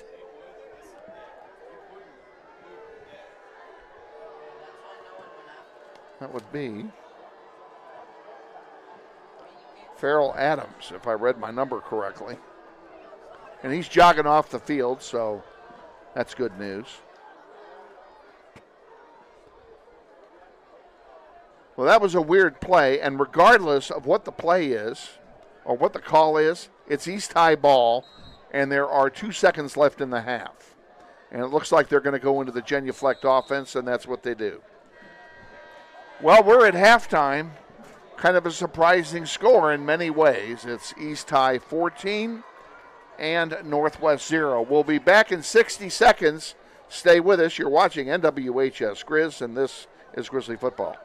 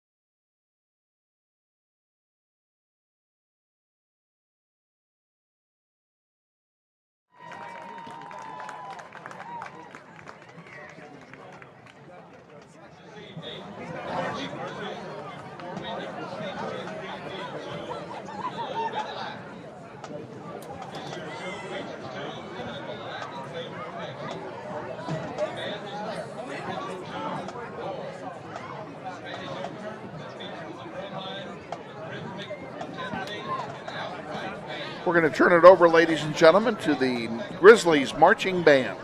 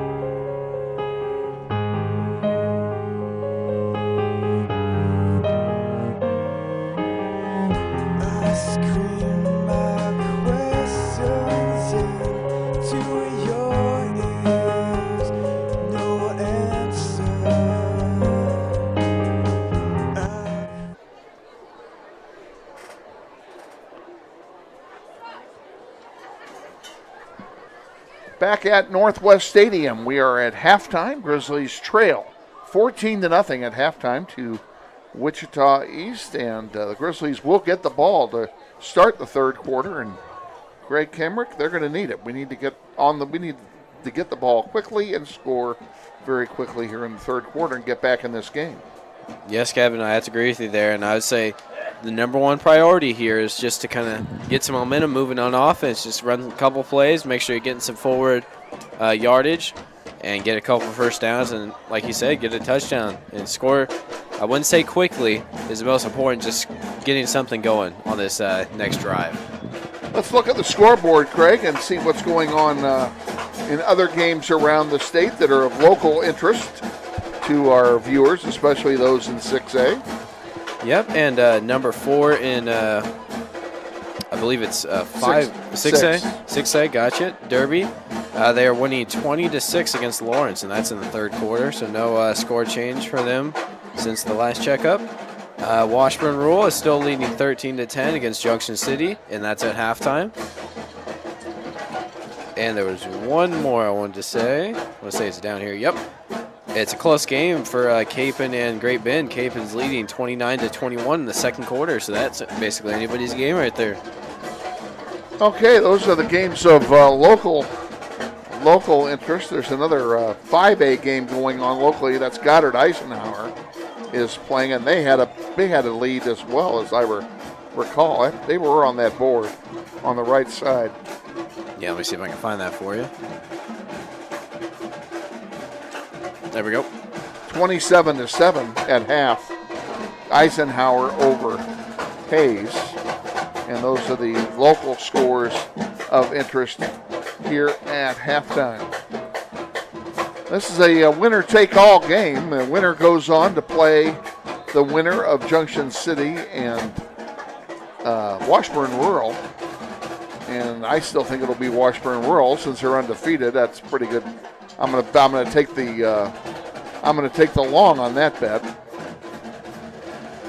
But we're not doing anything unless we win this game. We got to get back in this game, Craig. We just have not been able to get anything going offensively, and that's a tremendous tribute to the defense of the Blue Aces.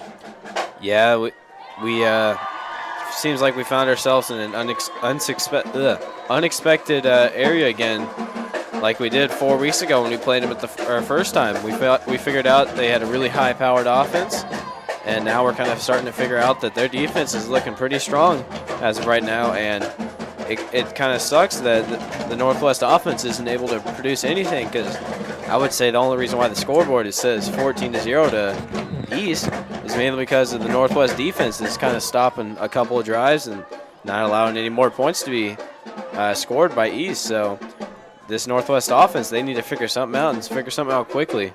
Unlike 4 weeks ago when we played East here and we had an 18-point lead in the fourth quarter that we let get away, tonight we're trailing by 14 at halftime. Now the game is certainly not out of reach, but what concerns me more than the fact that we're down 2 scores is that the offense just hasn't been able to get anything going consistently all night long.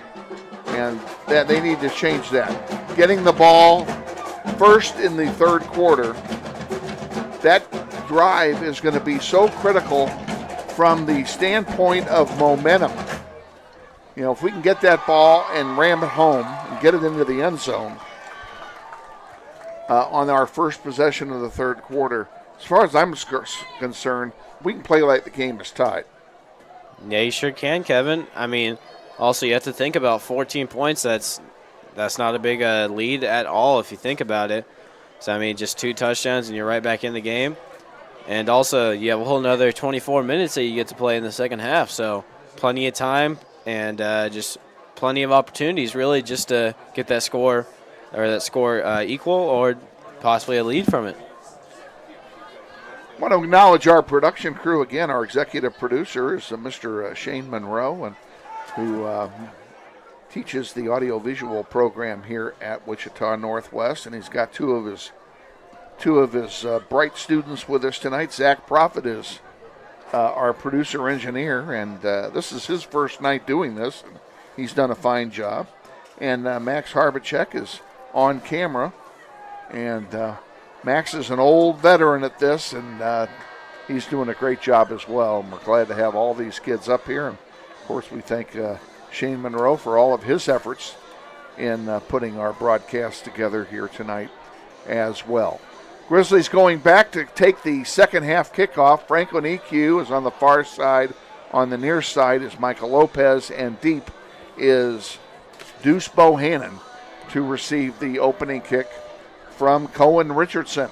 As we get ready to start play in the third quarter, sit back and enjoy another half of playoff soccer here on NWHS Grizz. Football? Huh? You said playoff soccer. I meant football. Yeah, the other thing you do with your feet, yeah.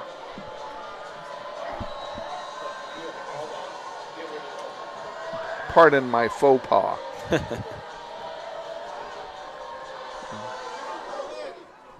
And another short kick.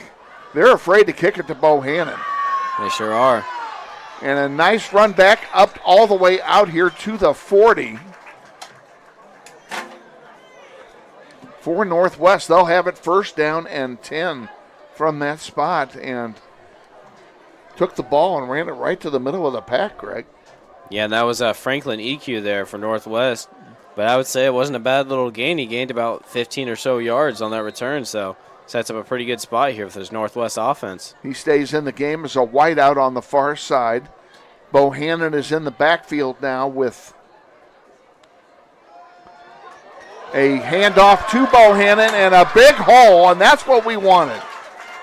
17-yard carry for Bohannon. Let's get it going, gentlemen. Jace Glasper is at quarterback. I was about to say that when he handed it off. And now he gives it to Bohannon, who takes it on the other side. And again, he picks up good yardage, picks up 4 or 5 on the play. And it'll be second down and 6 for the Grizzlies. And the Grizzlies are on the move.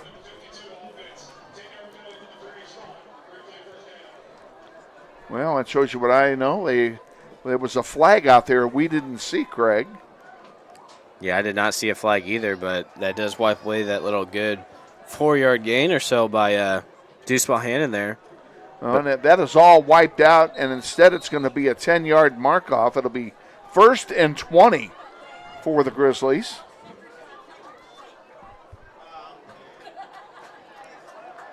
And Bohannon is swarmed under behind the line of scrimmage. He's going to lose 5 yards on the play. And we're going in the wrong direction now, Craig.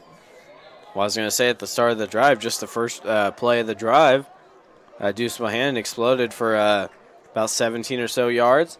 But after that, it's just kind of been going backwards for this Northwest We're almost offense. back where we started. Back to throw it.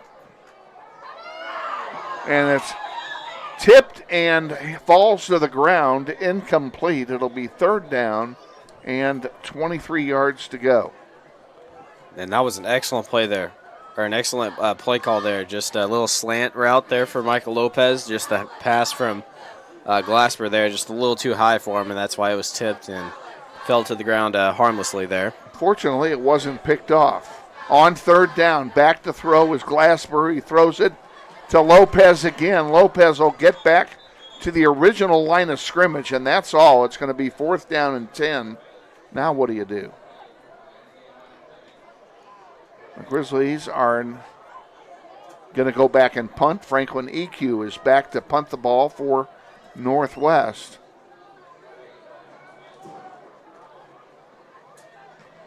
And that is almost blocked. He got it off. And a pretty good punt, actually, by EQ. It gets inside the 15, down to the 11-yard line, and that's where East High will have it on their first possession of the second half. 1st down and 10 at the 11. And I guess the most disappointing thing about that is that we got the ball first, and again, we were unable to do anything with it. Yeah, and it looked really promising right at the start of the drive with a really good positive gain into the other side of the field. That penalty was a killer. Yeah, but then after that, it just kind of went backwards. and just couldn't find the momentum that we were desperately looking for there. Mitchell and Leak are in the backfield for East High in the spread offense. Handoff is to Leak. He runs it up the middle, and he is stopped there by a host of Northwest Grizzlies, and that host is led by none other than Peyton Dean. Senior in on the play and held on until help arrived, and once it arrived, that was the end of that. They did pick up 4 yards on the play. It'll be 2nd down and 6. And East is doing a pretty good job here, I would say, just kind of taking time to call their plays and waste that clock. Of course, they've been doing that all night. They haven't been in a hurry. Another handoff to Leak. Up the middle he goes. He's carrying a player with him. Now a swarm of Grizzlies tackle him, but he gets good yardage on the play, and they're going to move the chains. It'll be a 1st down for East High. Ball spotted at the 27-yard line of the Blue Aces. On 1st down. Another handoff to Leak. He comes to the near side, gets by one tackler, then goes down. Peyton Dean got him, but not until he gains 8 yards on the play. It's 2nd down and 2. Yeah, and Leak for East here is doing a pretty good job just kind of starting to grind out this first drive for them in this 3rd quarter here. Just kind of run the ball down the field, slowly progressing, and just kind of burn out that time. And our defense has been on the field a lot tonight. They sure have. It's probably getting exhausting for them out there.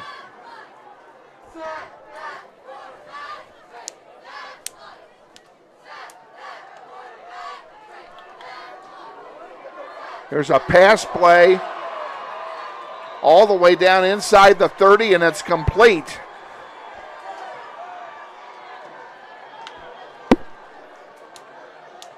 First down for East on a long pass play. Wow.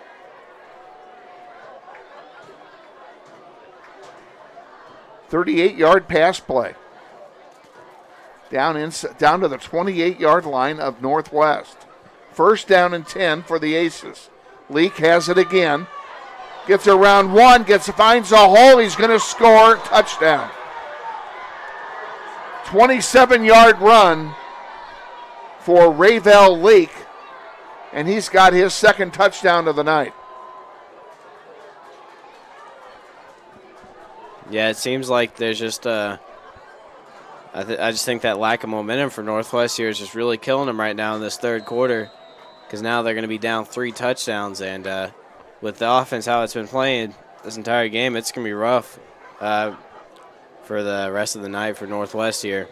Marcus White will hold for Cohen Richardson on the extra point try. The ball's down. Low kick, and it's no good.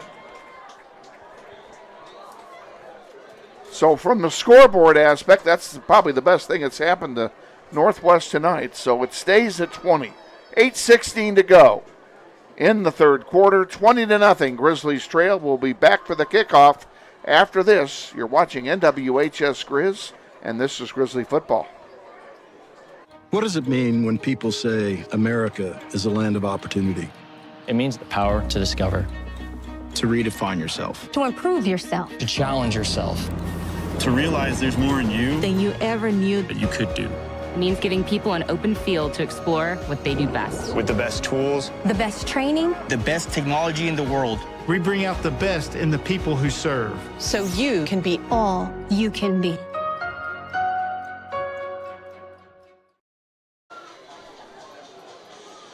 Back at Northwest with Craig Cameron, Kevin Arkin with you. Grizzlies getting set to receive the kickoff after the touchdown. 27-yard touchdown strike. And run by Rayvel Leak. And another short kick. That one goes out of bounds. That'll give the Grizzlies field position, I believe, at the 35. Went out of bounds at the 30.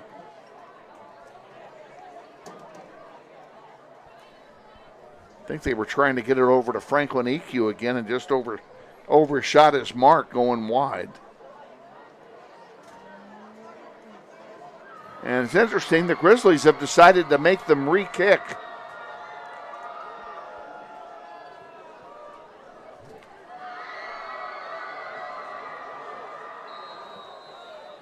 Although it's only a 5-yard penalty, I don't understand that. Must have been an offside back here. This is a low liner, and it's grabbed by Lopez at the 25, 30, 35, 40, 45, 50, and out of bounds at midfield. Grizzlies with great field position here on this drive will start at midfield, trailing by 20. And that play got me a little excited there, Kevin. It seemed like Lopez. I thought he might break it for a moment. Yeah, I thought he was going to as well, but he just wasn't able to break that edge as quick as I thought he could. And there were some white shirts there to tackle him out of bounds. Thompson in the backfield takes the handoff and goes up the middle, picks up maybe a yard. Excellent defensive play that time by Shine Jones of East High to make the tackle on Thompson. 2nd down and 9 for Northwest. 3 in the backfield now. Thompson, Bohannon join Jace Glasper in the backfield.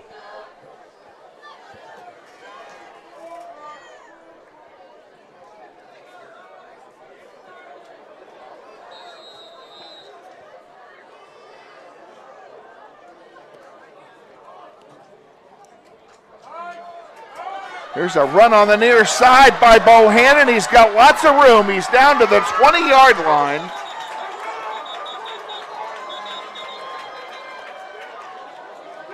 East High came away with the ball, but are they saying the runner was down? And they are. It's a 1st down for Northwest. 30-yard run that time by Bohannon. And right back at it. Back to throw. Glasper into the end zone. And it's incomplete. It'll be 2nd down and 10, and I think that was a break for the Grizzlies. That was very close to an interception.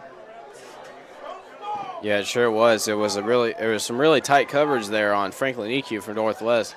But I do got to say, this is probably the best opportunity that Northwest has had all night. They need to take advantage of it.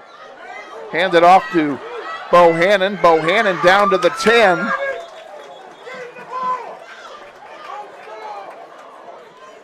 It looks like he's going to get a 1st down. That will be a 1st down, and it's inside the 10, so it's 1st and goal to go for the Grizzlies.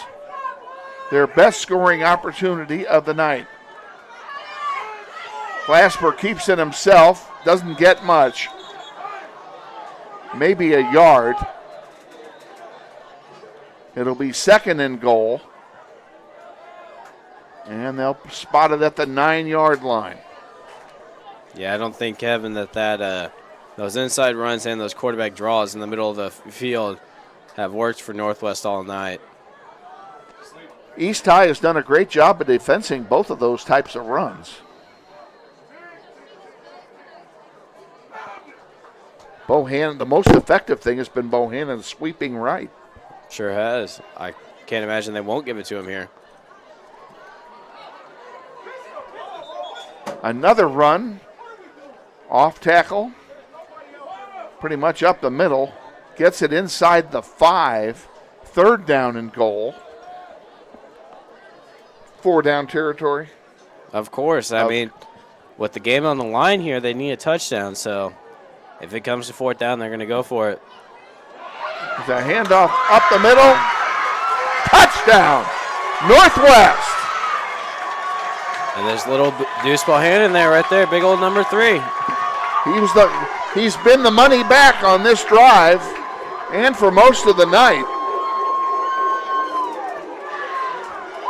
Never too late to put some points on the scoreboard here. John Lee will try the extra point. Jalen Mason is going to be the holder. This is a big extra point here. Sure is. Ball's down, kick is up, and it's good. 6:05 remaining in the third quarter, and the Grizzlies are on the board. It's East High 20 and Northwest 7. We'll be back with the kickoff after this. You're watching NWHS Grizz, and this is Grizzly football.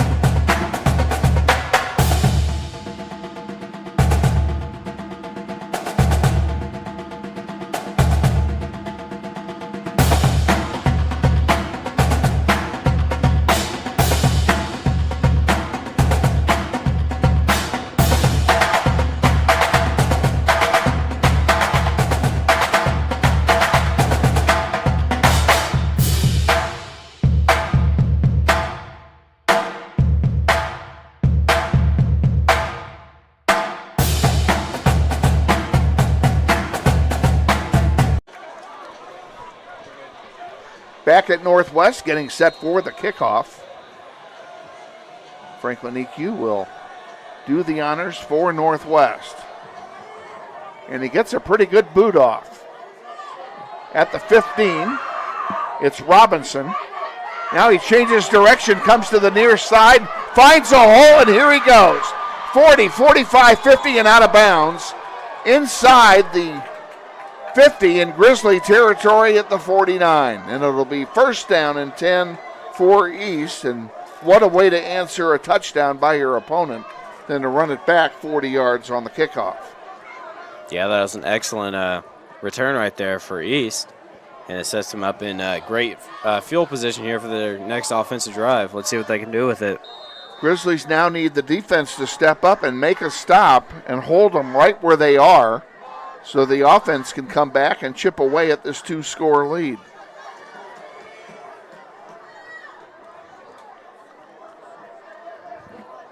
Mitchell hands it off to Leak, and Leak was almost trapped in the backfield. They actually had him for a 3-yard loss. As it is, he only gains a half a yard. But they could have had him for a big loss in the backfield there, Craig, and that's unfortunate the Grizzlies couldn't finish that off.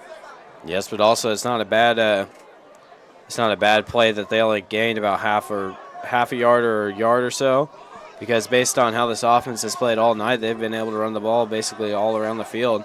And I'm starting to now think that this Northwest team, they're starting to show some signs of life here on defense and even on offense. We're about to find out. Mitchell has it, goes back to throw. Puts it in the air deep, and it's tipped and falls to the ground, incomplete. No flags. Great defensive play to tip the ball. Did you see who tipped it? Yes, that was Jeremiah Harris there. That's what I thought. Yep. And he's kind of had a rough night tonight with those 2 pass interference calls, but what a time to break up a pass like that, because that could have been a touchdown right there for East. He stepped up right when they needed to. It'll be 3rd down and 9. Now nobody's moving. There wasn't a flag out there that I didn't see, was there? That may the be referees disgusting. Are talking about something, and Grizzlies do not like it. It's going to be a penalty against Northwest, and it'll be a first down for the Blue Aces. And Coach Martin's going out on the field again to talk with the referee possibly. Well, he's talking to his own players first. Oh, he's going to take a timeout here. That's what it is. Yeah. Grizzlies took a timeout. Let's go ahead and take it with them. 5:08 to go, third quarter. 20-7, East over Northwest. We'll be back. You're watching NWHS Grizz, and this is Grizzly football.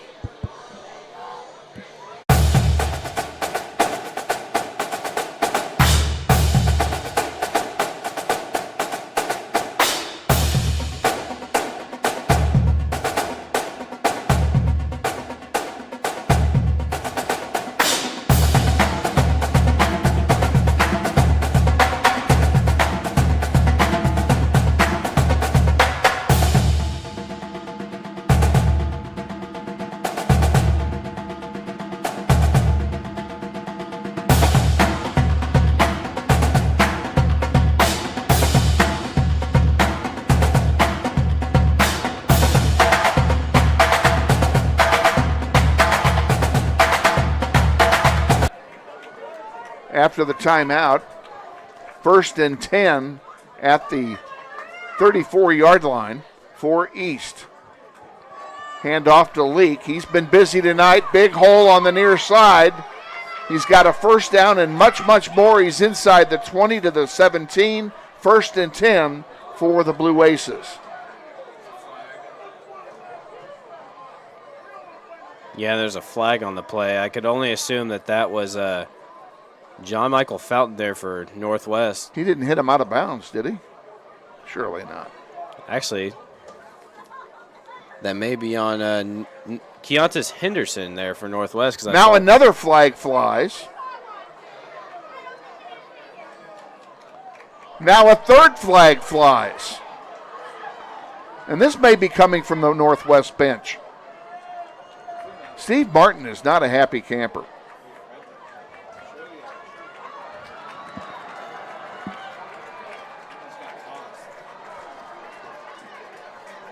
And he may have been ejected.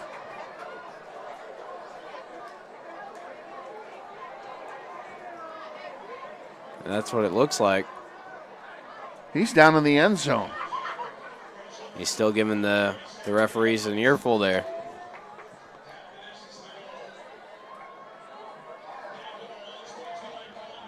And Steve Martin has been disqualified.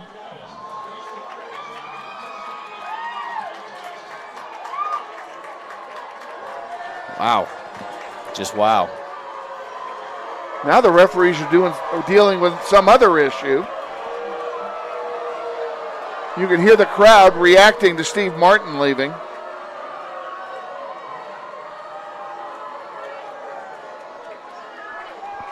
Can you tell who it is that he just tossed?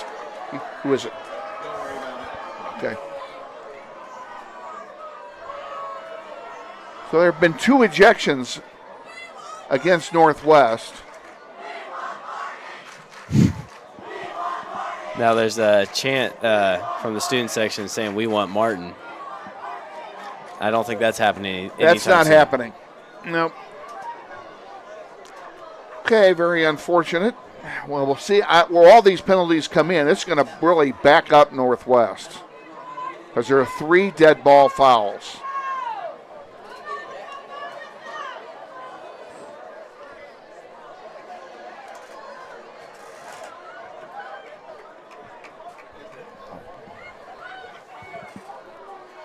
Where are they going to spot it? I'm still waiting for the spot, folks. Ball's at the 2-yard line. After all those penalties, 1st and goal for East. And this has just gotten out of hand.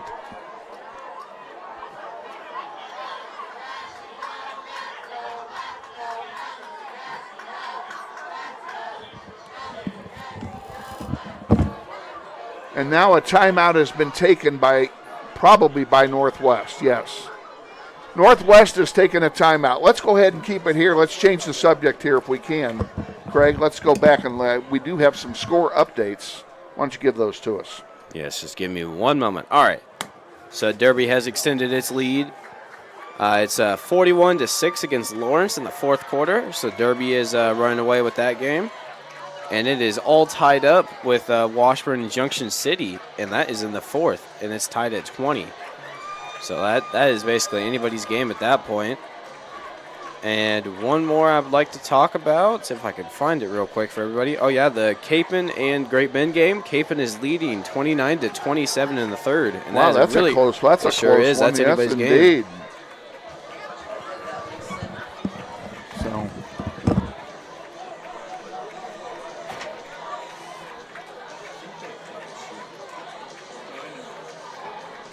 they're taking a little extra time on this timeout.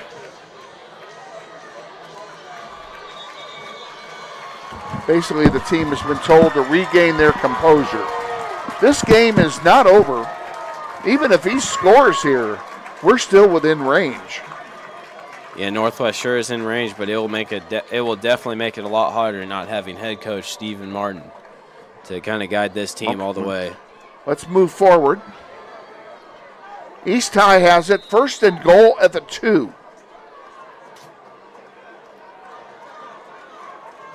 Or is it at the 1? I take that back. They moved it to the 1. Really tight formation here.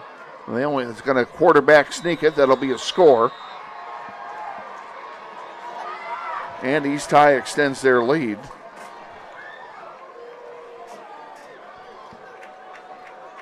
Now the 26-7 with the extra point pending. Cohen Richardson will come out to handle the extra point duties, and Marcus White will be the holder.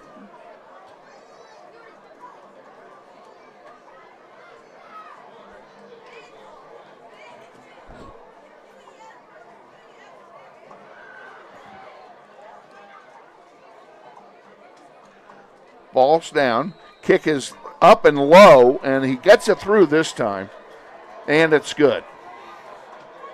4:58 to go, third quarter. East High 27, Northwest 7. We'll be back for the kickoff after this. Stay with us. You're watching NWHS Grizz, and this is Grizzly football.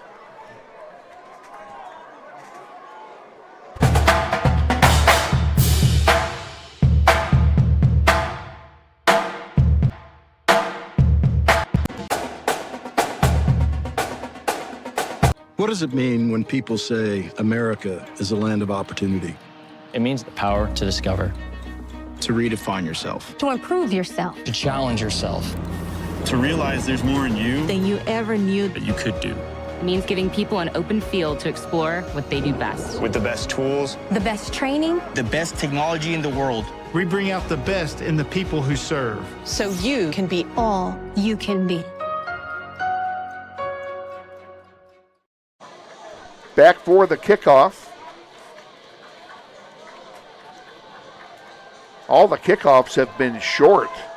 They're afraid to give it to Bohannon, so I'll mention that he's back there, but him being back there doesn't make much difference at this point. Let's see how they play it. They've kicked it toward Franklin EQ the last 3 times, and they just did it again. And it goes out of play again. It will be a penalty again, and the Grizzlies will have good field position one more time.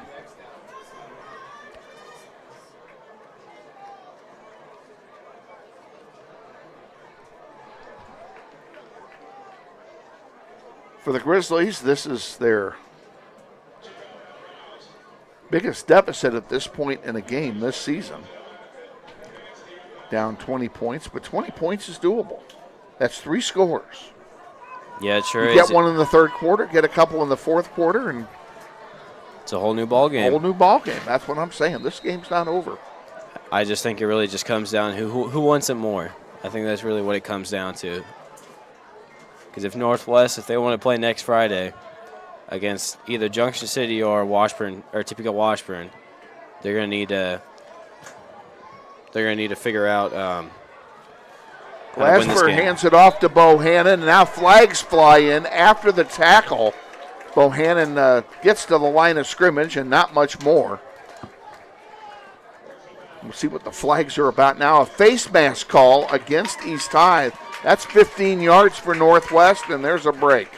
That'll move the ball down to the 45-yard line of East High, where it'll be a first down.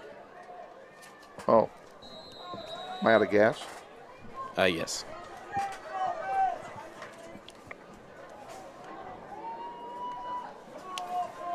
It's in there. Okay. That won't fit. Now another flag flies.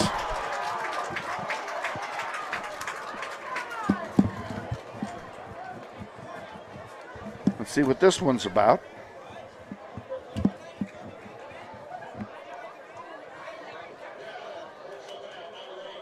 Personal foul on East High.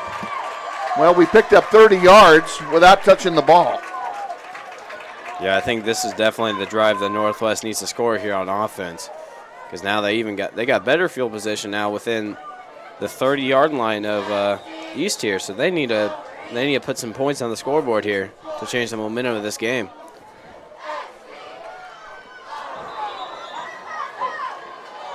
And Glasper just barely overthrew EQ there on that route. if he just had a little bit, if he was able to lead EQ just a little bit, I think that could have been a great play there. It's been the story of the night. Just have not been able to connect on those big passes like we normally do. And now we have an offside call, I think, against East. And another penalty there for East. That's 35 yards on penalties in the last 2 plays. Yep, three penalties on this one drive alone, and it's just backing up this East defense even more. Can't remember a game that had this many penalties in it. The referees are going to have sore arms from throwing their flags. Especially the near side ref on our side. Yeah. Here's a pitch off to the near side to Bohannon, and he gets tackled for a loss.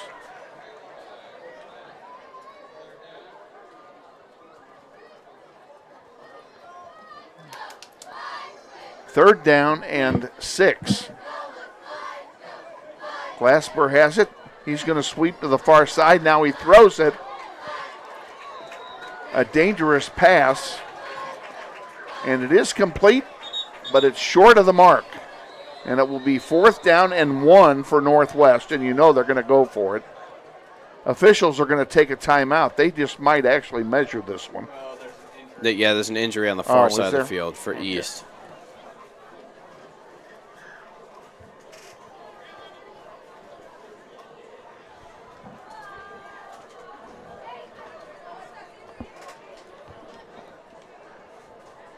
Can you see who it is?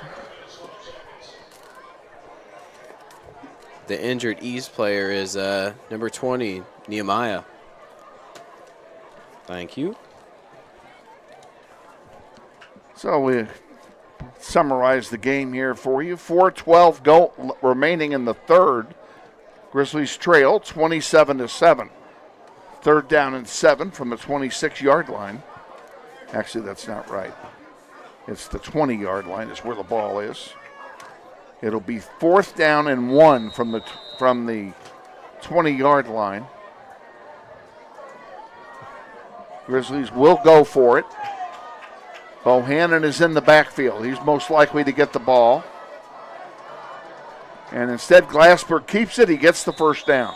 Inside the 20 to the 18. There's a flag on the play there, so let's see who that is going to be on. That's against Northwest for an illegal shift. That'll move it back 5 yards. It'll be 4th down and 6.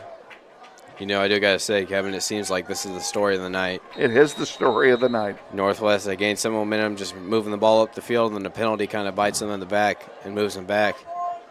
And after that, it kind of starts to fall apart, but hopefully that does not happen again on this drive. I think that's the 5th penalty on this drive.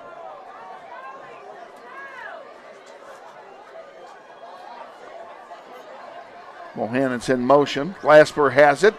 Looking to throw. Throws it. Caught! 1st down inside the 10. Sincere Thompson. Yep. Good catch by Sincere Thompson. He needed 6. He got 9. Big old number 13. He's always reliable for this Northwest offense. We'll miss him next year, too. We sure will. Glasper hands it off. Bohannon. Touchdown! Northwest! And the crowd on this side goes bananas. With all the adversity that's gone on in the last 10 minutes, somehow the Grizzlies managed to pull it out and get the score. John Lee is on for the extra point. Michael Lopez is going to be the holder. Interesting that Northwest is kind of just switching the holders on the field goals.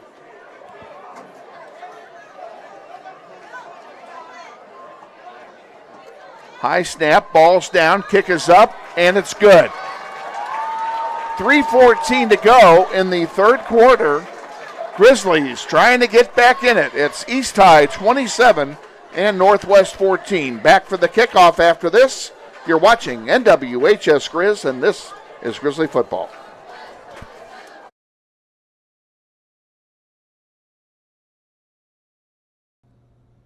Hey Grizzly Nation, this is Eric Hofer Holdeman, your principal at Northwest High School.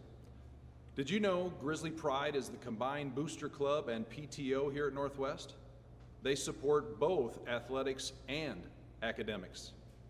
We're asking you to join Grizzly Pride this year.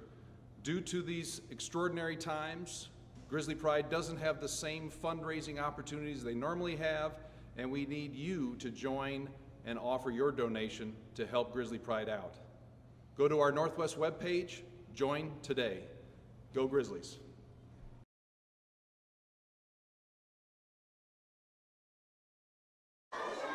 Set for the kickoff. Franklin EQ will take the ball over to the far hash mark, as he normally does.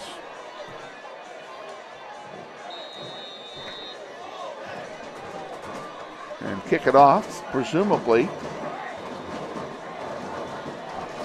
Ravel Leak is over there on the far side, and I think that's who's going to get it. He's standing at his 20. Long run for EQ. And it's short. Loose in front. Who's going to get it?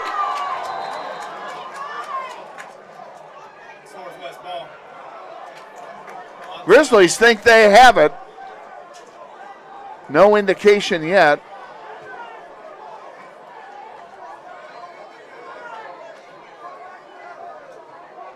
Still no indication. Now it looks like it's going to be East High's ball.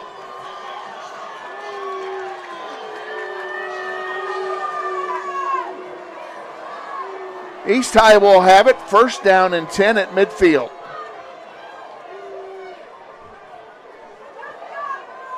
That was a good call, I would say. That was really unexpected in the third quarter here. It sure fooled me.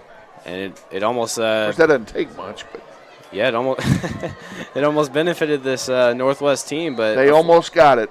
Unfortunate for them. I liked it. I liked the call. It's a good gamble. Ball at the 49 of Northwest. Handoff to Leak. He bounces off of one tackler, gets first down yardage, and then more. He picks up nearly 20 yards on the play. It'll be another first down for East.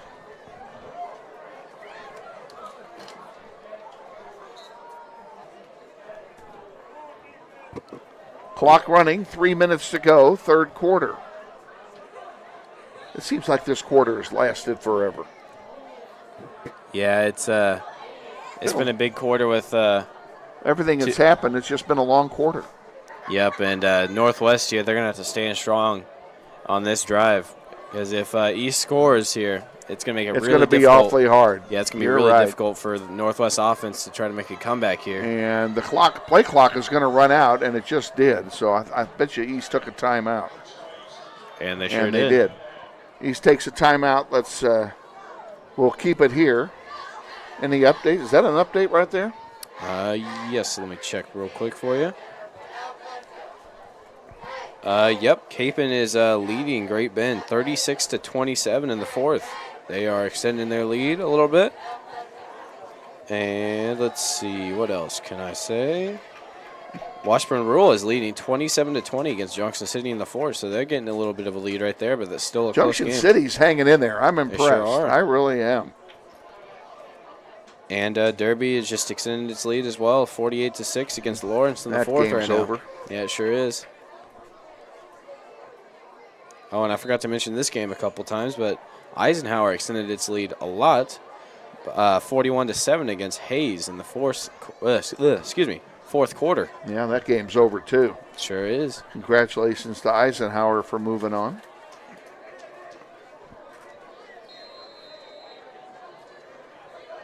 Okay, it's 1st and 10 for East coming out of the timeout. Ball's at the 30 of Northwest. Low snap, picked up, flag on the play. Mitchell goes around the side. He gets into the end zone. Who is the penalty on? It's going to be on East. Illegal shift on East will move it back 5 yards, and that touchdown will not count. Very lucky there for Northwest to get out of a barely bad situation there, giving up a touchdown. But all thanks to that offensive penalty there on East. Ball moves back to the 35 of Northwest. 1st and 15 now.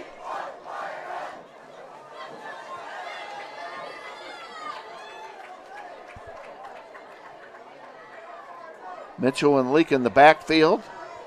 We've got White and Robinson on the near side. Should they elect to throw it? 3 wideouts to the near side. And instead, Mitchell runs it. He gets the first down. He needed 15. He got 18. He's down inside the 20-yard line. 1st and 10 for the Blue Aces.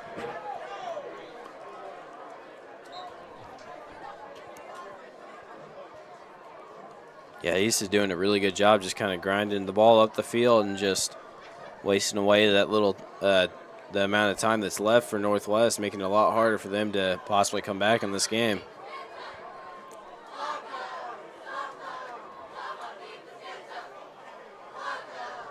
East High taking their time. Time is on their side. 7 on the play clock remaining.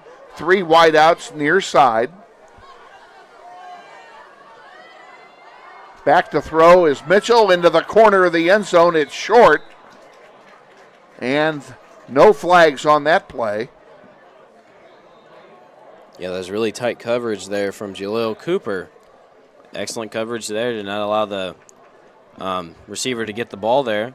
And also that pass was pretty low there, so that honestly could have been an interception there for Cooper. It was well underthrown. I don't know if Cooper could have gotten it for the interception, but it was a well underthrown ball by Mitchell. No chance for a touchdown on that play. I'm just glad we didn't get a flag thrown. Hands it off to Leake. Leake up the middle, breaks through all the tacklers and into the end zone for a score. And I don't know how he got through all of that traffic without getting touched. Yeah, just a defensive breakdown there for Northwest. And that's it's pretty clinical in this part of the game. They can't really be giving up those scores with so little time left. Richardson on for the extra point. White will hold it.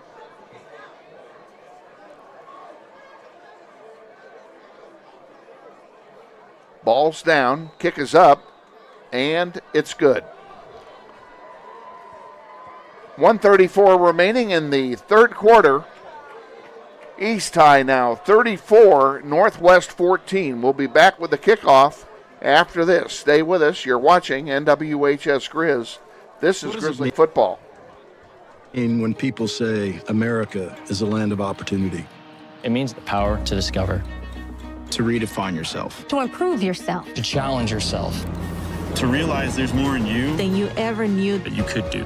It means giving people an open field to explore what they do best. With the best tools, The best training. The best technology in the world. we bring out the best in the people who serve. So you can be all you can be. Find a way. Can we have a penalty here? Back at Northwest High. No, we don't. Awaiting the kickoff. It's going to be short in all likelihood. The last 3 kickoffs have gone out of bounds at around the 30. This one is very short and goes out of bounds. A nice catch over there by the coach for East High. And it will be another first down for Northwest. They will think they're going to mark it where it went out at the 38-yard line. Oh, no, they're not. Where are they marking it? Of course, I don't know. That may not be the place it went out. They're marking it at the 43-yard line of Northwest. Grizzlies will have it there, first down and 10. And I guess the only thing I can say is we could use another touchdown in this quarter. Yeah, most definitely, because East got a touchdown again in this quarter, and it seems like this third quarter has been going on for quite a while now. It's been a long quarter. Yes, but a touchdown right here for Northwest would definitely improve the chances of them coming back against East. Glasper keeps it himself. Sweeps to the far side. Doesn't get much. He may get a yard out of it. See where they spot it. And they spot it for no gain. 2nd down and 10. Ball's at the 43-yard line.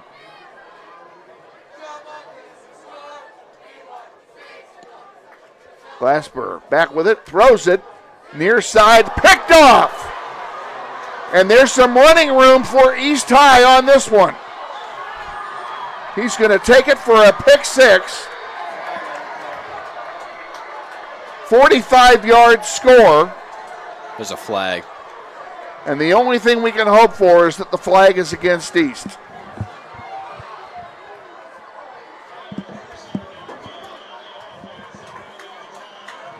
We'll sort this out. Well, that flag was on Northwest there, so it's going to be a pick 6 for East here. Looks like, let's see what the referees have to say. Well, they're lining up for the extra point, so the touchdown will stand. Robinson, Cohen Robinson will come on for the extra point. White will be his holder.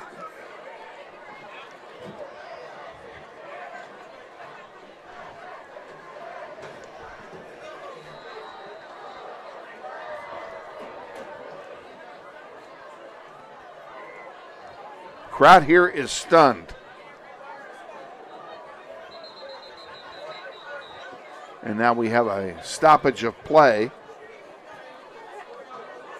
And I don't know if somebody called timeout or if there's a flag. I don't see a flag down. Do you, Greg? I do not. I did not see a flag thrown, but there's an encroachment penalty on Northwest there, so now they're going to go for 2. Make up for that missed extra point they had earlier. They will move the ball to the 1.5-yard line, and East High is elected to go for 2 now. So they will run a play from scrimmage. It's going to look like it's going to be a sneak of some kind. And they just blew the defensive line of Northwest off the ball, and the 2-point conversion is good. 52 seconds to go in the third quarter. East High 42, Northwest 14. We'll be back with the kickoff. After this, you're watching NWHS Grizz. This is Grizzly Football.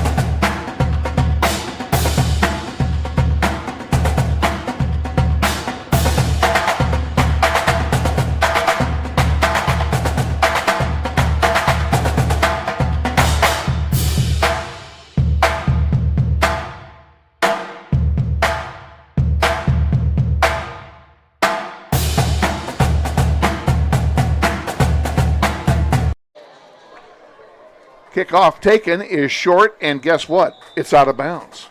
5 in a row. Yeah, they're really avoiding kicking that to... They don't want to kick it to Bohanna, and you know what? That's obviously been a good strategy because it's worked all night for East High.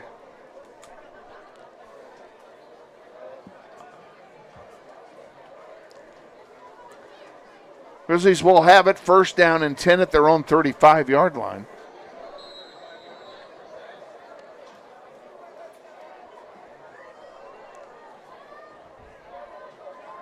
And Northwest here, they're desperately going to need a score on this drive.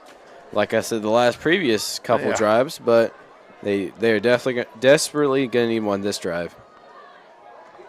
Glasper fakes the handoff. Gets forward for maybe a yard. Let's see where they mark it. Yes, a 1-yard gain on the play. 2nd down and 9 at the 36. Clock running, 3 seconds to go in the quarter. This, in all likelihood, will be the final play of what has seemed to be an eternal third quarter. Yeah, it seems like it has been a really long third quarter here, but let's see how Northwest can end off this third quarter in a positive or hopefully a positive way. Glasper will keep it. Goes back trying to throw it. Now he's going to try and run it. And he probably ran 30 yards to gain 2 feet on the play. Actually, they gave him 2 yards. Good for them. And it's 3rd down and 6, and that's what it will be when we start the fourth quarter. We're going to keep it right here in between quarters since we've had so many breaks in the third quarter. Just take a quick gander at some of the updates here. The Washburn game is unchanged, I see. It's still 27-20 in the fourth quarter. In favor of Washburn. And let's see. Yep, Derby's still same score, 48-6 against Lawrence in the fourth. And let me see if I can find Capon real quick. Here we are. Still 36-27 against Great Bend in the fourth, and no changes so far. And I can take a look at the Eisenhower game real quick.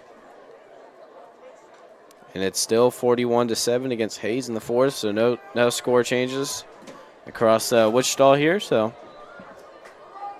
the only score that's changed, unfortunately, has been this game.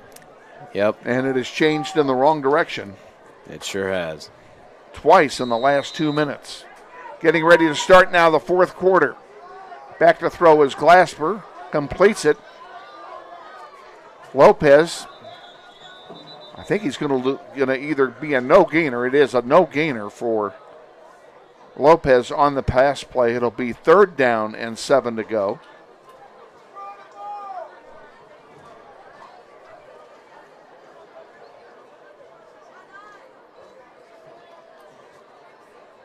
And the referees are talking about something again.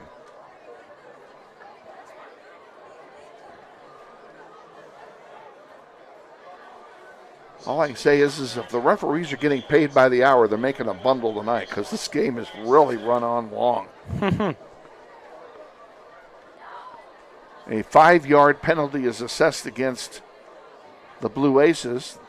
I did not see a signal as to what it was for. Yeah, I'm not sure what it was for either, Kevin. They didn't show it.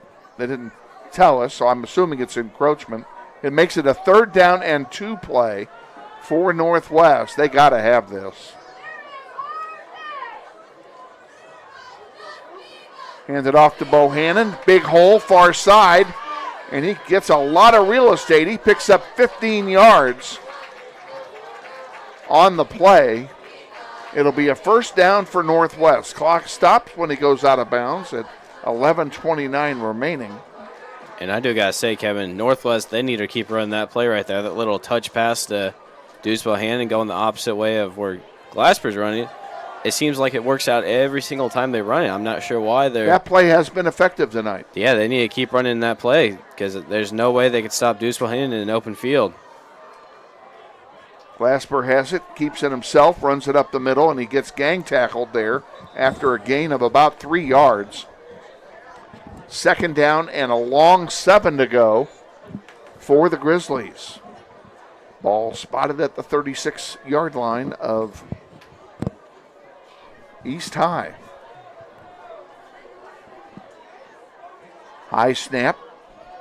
Hand off to Bohannon, and he gets tackled for a loss.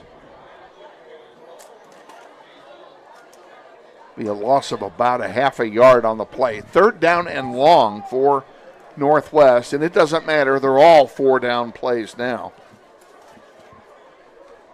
Yeah, every play matters at the moment here for Northwest.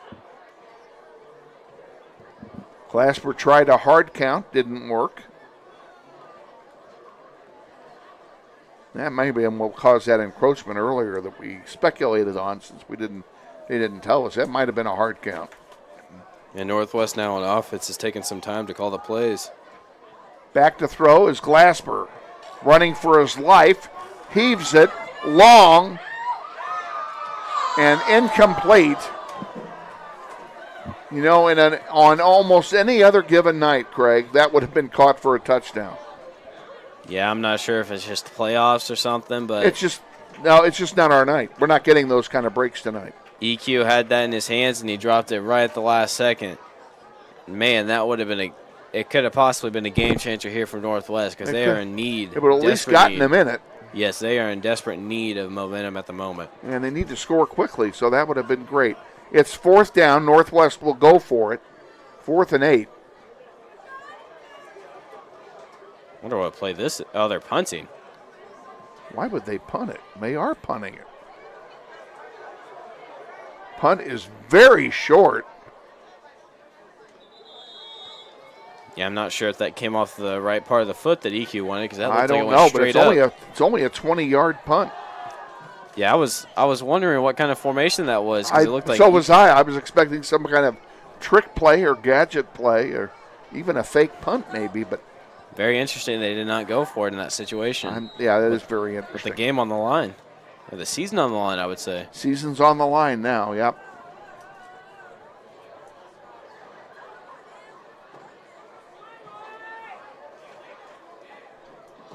Washburn Rural seems like it's going to be forever away if indeed that would be the opponent for one of these teams.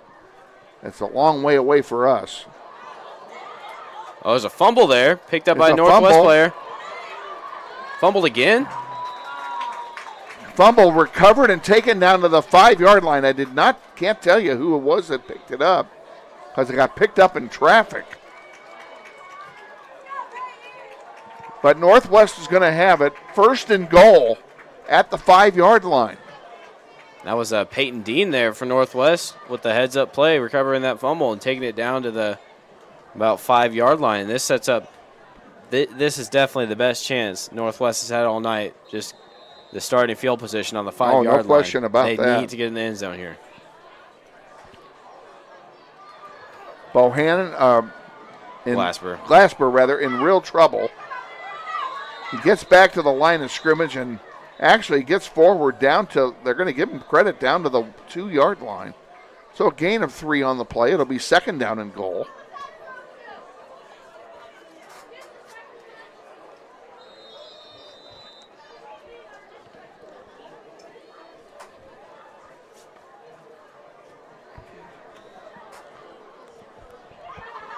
And now we have a player down for East High. Can't tell you who it is.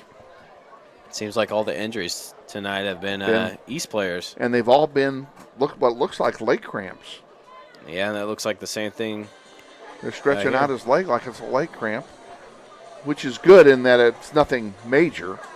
No injury is good, but it's not a severe injury of any kind. 9:08 remains in the 4th. Grizzlies are down by 5 scores. Hanging on to a very, very thin needle here. Trying to get one of them back right here.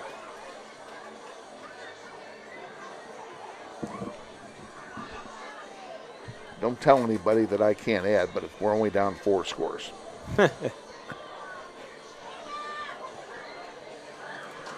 Been that kind of a night.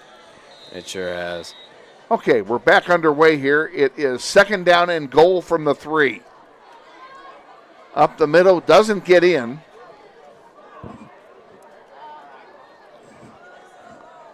They're going to spot him at the 1-yard line. Or it'll be 3rd down and goal.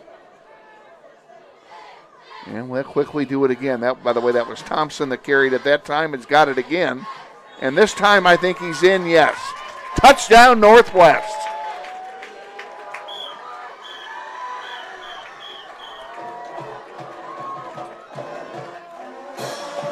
Well, Northwest has finally gotten that touchdown. But there may not be enough time to get a couple more touchdowns here. Mason will be the holder for John Lee, who will try the extra point.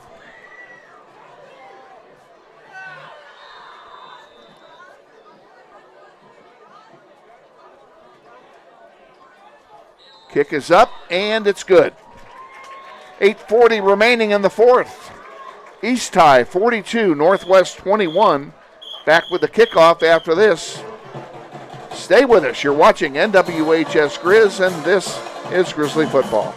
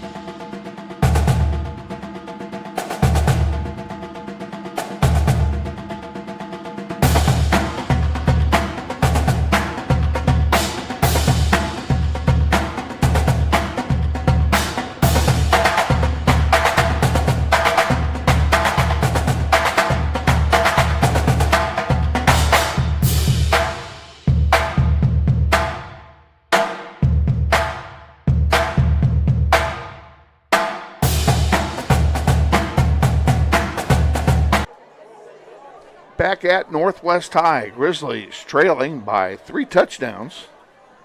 And Craig, you got an update for us. I sure do. It is a very close game in the Capon and Great Bend game. Capon is only leading 36-34 in the fourth quarter. That is going to be a very tight game to the end. So if we get any finals updates for that game before our game ends, I'll definitely mention that. But very, very close game between those two teams. And Great Bend, I'm not sure if I'm correct when I say this, Capon drops to 4A next year. And I think Great Bend is dropping as well, if I'm not mistaken. But I am probably mistaken. I've been mistaken most of the night. So they're taking their time getting the kickoff going out here. Franklin EQ will kick it off for Northwest. Robinson is deep for East High. And joining him back there is Ashton White. And, you know, there's a guy we haven't called his number all half. Is L.T. Robinson. You know, I mean, he killed us last game. He hadn't done much this half. Here's another onside kick attempt, and it's picked up by East High at their own 48-yard line. That one did not work nearly as well as the last one up. He got a very favorable bounce. The up man got it. I also think East was expecting that. I think the entire building was expecting it. For it being the fourth quarter and Northwest desperately needing the ball back. So now Northwest needs to get a stop quickly to save time on the clock. 8.5 minutes remaining. They need that clock because they have to score 3 times, assuming East does not score again. Leak takes it up the middle, picks up 3 yards on the play, out to midfield. And it will be second down there, actually second down and a long 7 for the Blue Aces. Yeah, I'm assuming East's only goal right here on this drive is just kind of burn some more clock. Just kind of wind it down, just prepare for next week. Yeah, right now the clock is the big friend of East. They send 3 players wide to the near side. I can't imagine why. I think throwing the ball would be the last thing we'd expect. Handoff up the middle. Close to first down yardage. I think he's going to be short. Actually, he's shorter than I thought. 3 yards to go on third down now for East High. And another East High player is on the ground.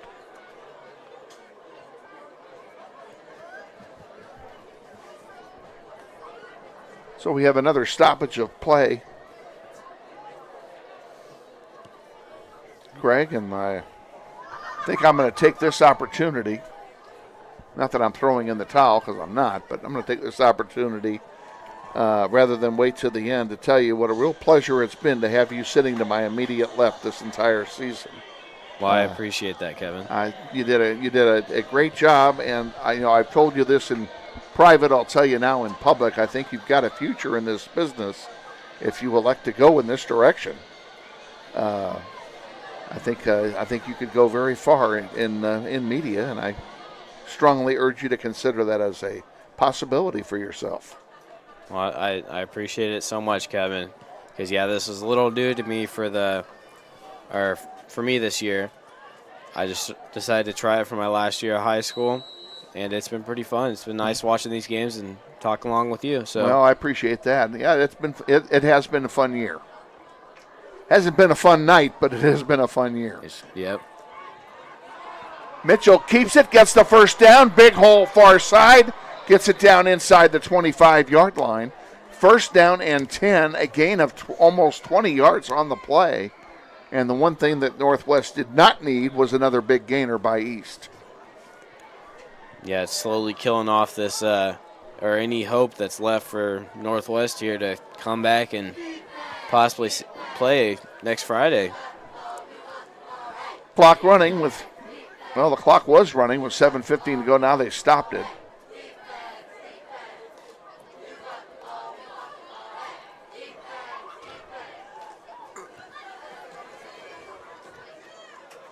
East High making some substitutions here.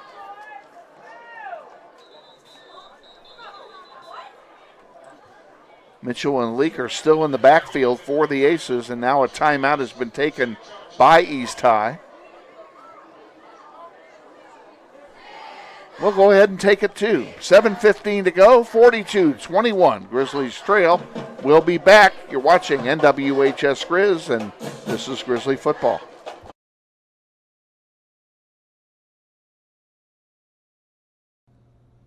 Hey, Grizzly Nation. This is Eric Hofer-Holdeman, your principal at Northwest High School.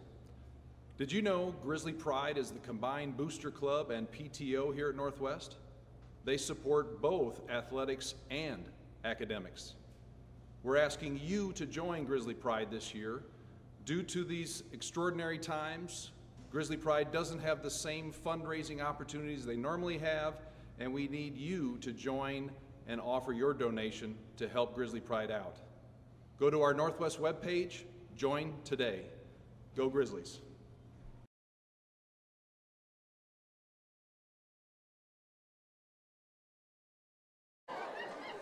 Back at Northwest, first down and 10 at the 24 for the Blue Aces. Blue Aces trying to punch their ticket, and they're just about to. Another untouched touchdown run by Rayvell Leak. He's been the story. Him and Mitchell have been the story all night. They have killed us all night, just as they did 4 weeks ago. Just running through this Northwest defense. And I guess one of the things that would be interesting to know, Leak is a senior. Mitchell is a senior. We won't have to look at either of them next year. They have sure put it to us tonight. 48-21, there's another point after attempt coming on the 24-yard scamper by Rayvell Leak, and he's got to be well over 200 yards tonight. And now there's some confusion on the part of East High as to what they're going to do. Looks like they're missing a player out there. So that's all the kicker yelling at the sideline that they're missing a player. Because it looks like I saw them counting their teammates out there, counting how many players they had on the field. Well, they didn't call a timeout. The play clock went to 0. They didn't mark off any yardage, so I don't understand any of that.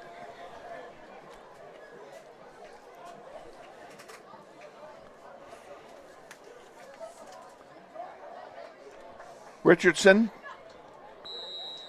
puts it up, and it's no good. He pulled it left, and he misses. After all that, he missed the extra point.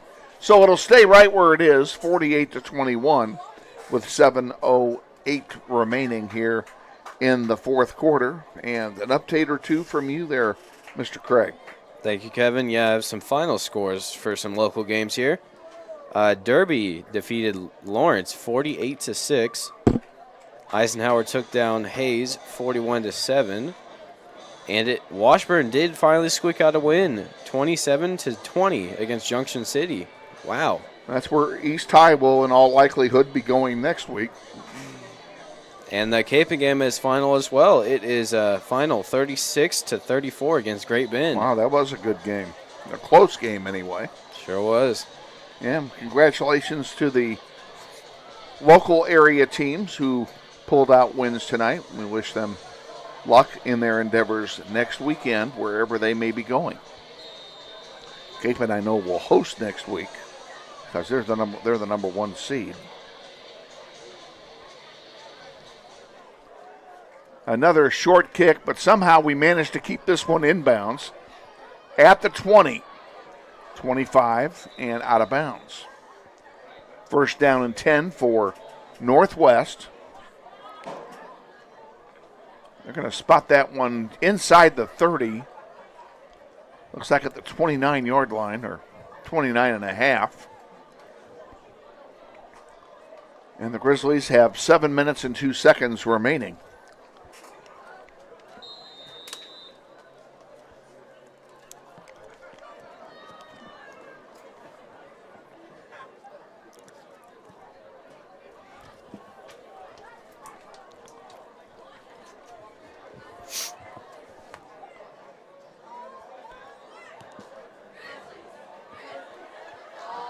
A run on the near side. Gains about a yard. I think that's Bohannon that carried that one. 2nd down and 9 for Northwest. I was a little confused where the ball went on that play because there was a couple fakes involved with that play with Glasper and I believe Thompson. Yep, indeed. So I had no clue where that ball was going. But nobody in a white shirt bid on any of the fakes.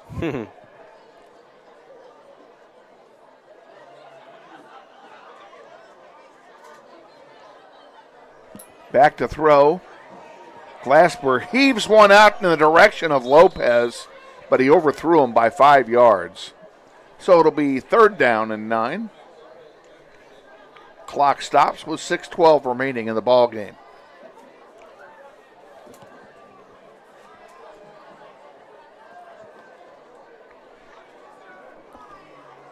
And you know this is 4-down territory, right? Yeah, it sure is. Might as well just throw something up rather than nothing. Yeah. Punter can take a seat and relax. I think he isn't going to be back out here. Glasper tries to cut back up the middle and gets some of it anyway. Gets 3 or 4. It'll be 4th down and 4 to go. And the offense does stay on the field. Clock running inside 6 minutes.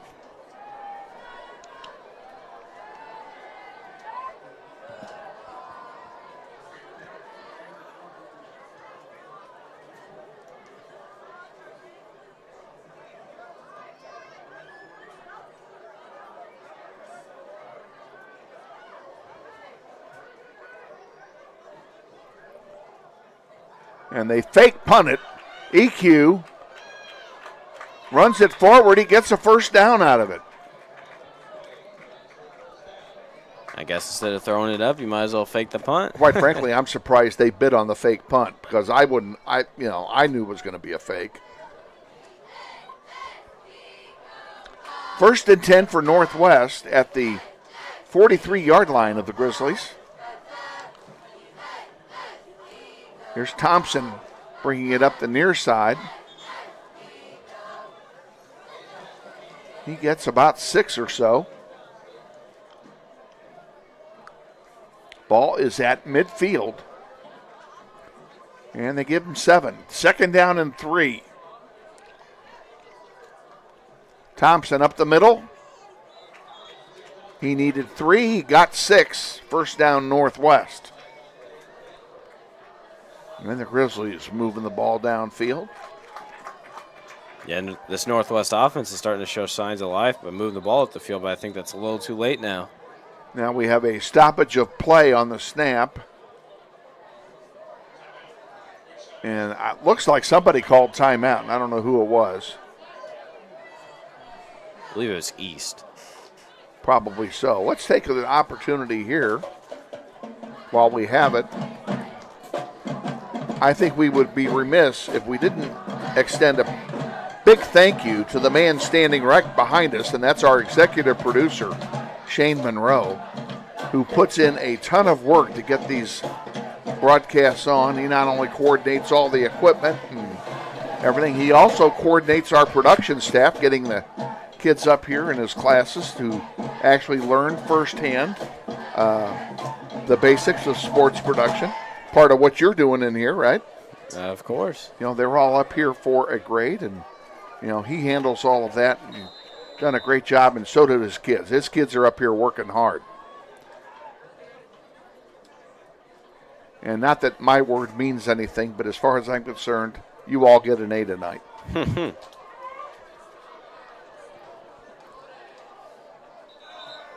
A run up the middle gains maybe a yard. It's going to be 3rd down.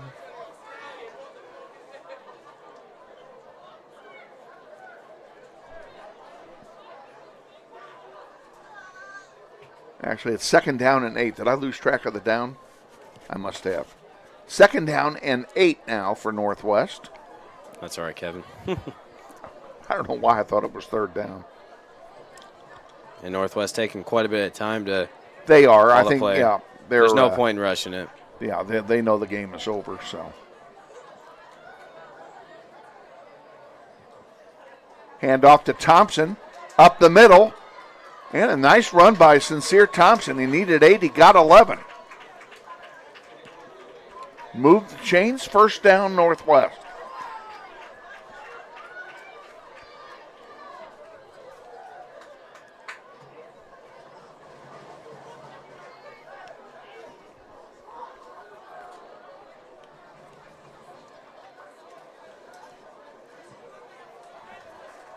Awaiting the snap, there it is. Bohannon with it this time. Glassberg gives him a lead block and springs him for some yards. That was a nice play. And they'll move the chains again. Another first down for Northwest, and they're moving the ball downfield. I just want to say, if only Northwest had this type of offensive energy really just the entire game, I think this game would be a lot closer and possibly more in favor of Northwest here, because they've just been missing out on this energy, just moving the ball up the field all game. Glasper has it himself, runs it forward, picks up 7 yards on the play. It'll be 2nd down and 3. Ball just outside the 15-yard line. Clock running, 2:50 to go.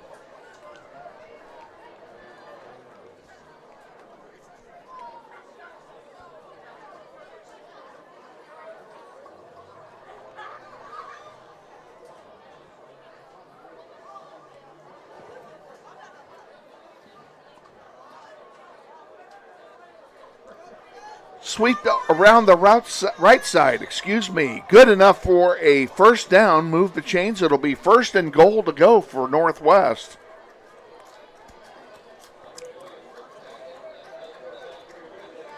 They keep fighting hard, do the Grizzlies.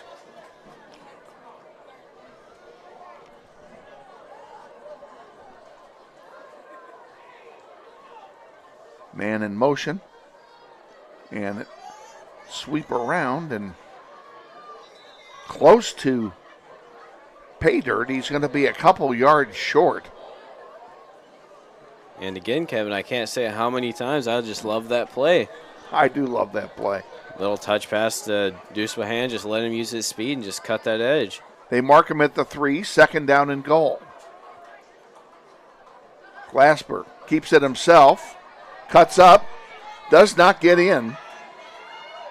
He may get to the 2, and it'll be 3rd down and goal from the 2. He ran 25 yards to gain 3 feet. And it looks like we have another injury for East here. They do have a player down. Another cramp. Looks like the rep. And the refs will stop the clock with 1:15 to go. And the player who, that was Standifer, I believe. Yep. He's jogging off under his own power, so he will have to be substituted out for. Gives the Grizzlies a quick breather. 3rd down and goal.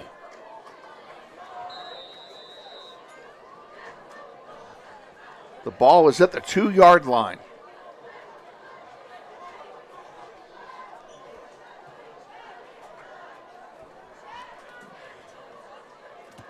And it looks like Grizzlies made a bunch of substitutions. Thompson is in the backfield with Glasper. Hands it off to Thompson, up the middle, touchdown.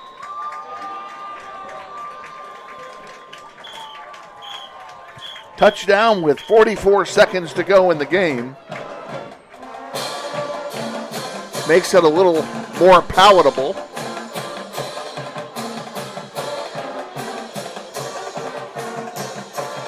John Lee on for the extra point. Glasper will be the holder.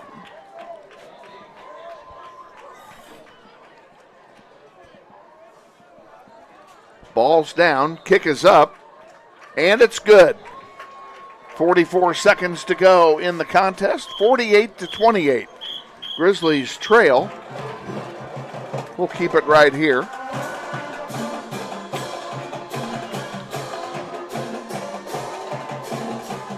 I think the other thing we need to do before we sign off for the last time this year is to thank all of our sponsors, the U.S. Army and Andrews Cleaning Service, and gosh, I wish I had the list in front of me now. You see them we run the commercial spot. You see their slides come up each and every time, and we can't thank all of these people enough for their support of Grizzly football on the World Wide Web, and it means a lot to all of us, and it means a lot to these kids, and it means a lot to our viewers too. And we want to thank all of you who have been loyal viewers, not only this year but all the way along. We thank you for tuning in. We thank you for subscribing to NWHS Grizz. That means a lot. And we're not done. We are doing basketball here. And starting December 1st will be the first basketball game. We will have Heights at home. And we'll be on the air at 5:40 on the 1st of December. That one is picked up, and I think that's White that's got it, and finally goes down at the 18-yard line. Ball dribbled to the one and then stopped, so White had to run back, pick it up, and take off with it. And he picked up, pardon me, 17 yards on the play. And East High will simply run the clock out now with 34 seconds remaining.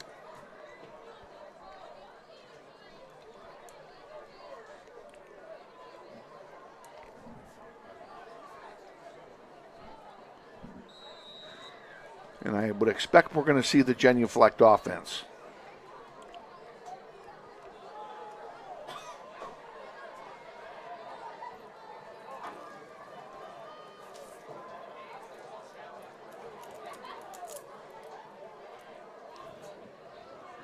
We're sure taking an awfully long time to take a knee here.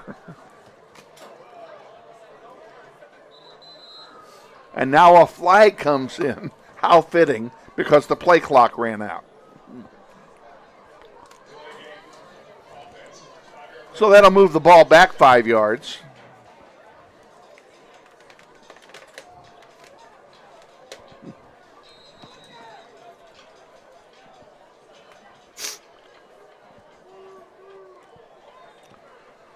And we'll wait for the genuflect offense again. And there we go.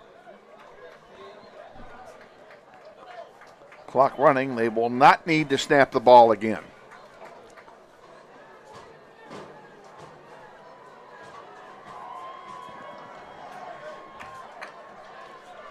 Clock winds down here, and the Grizzlies will call it a year. They will finish the season 7-3. East improves to 8-2 on the season. They will go to Washburn next weekend.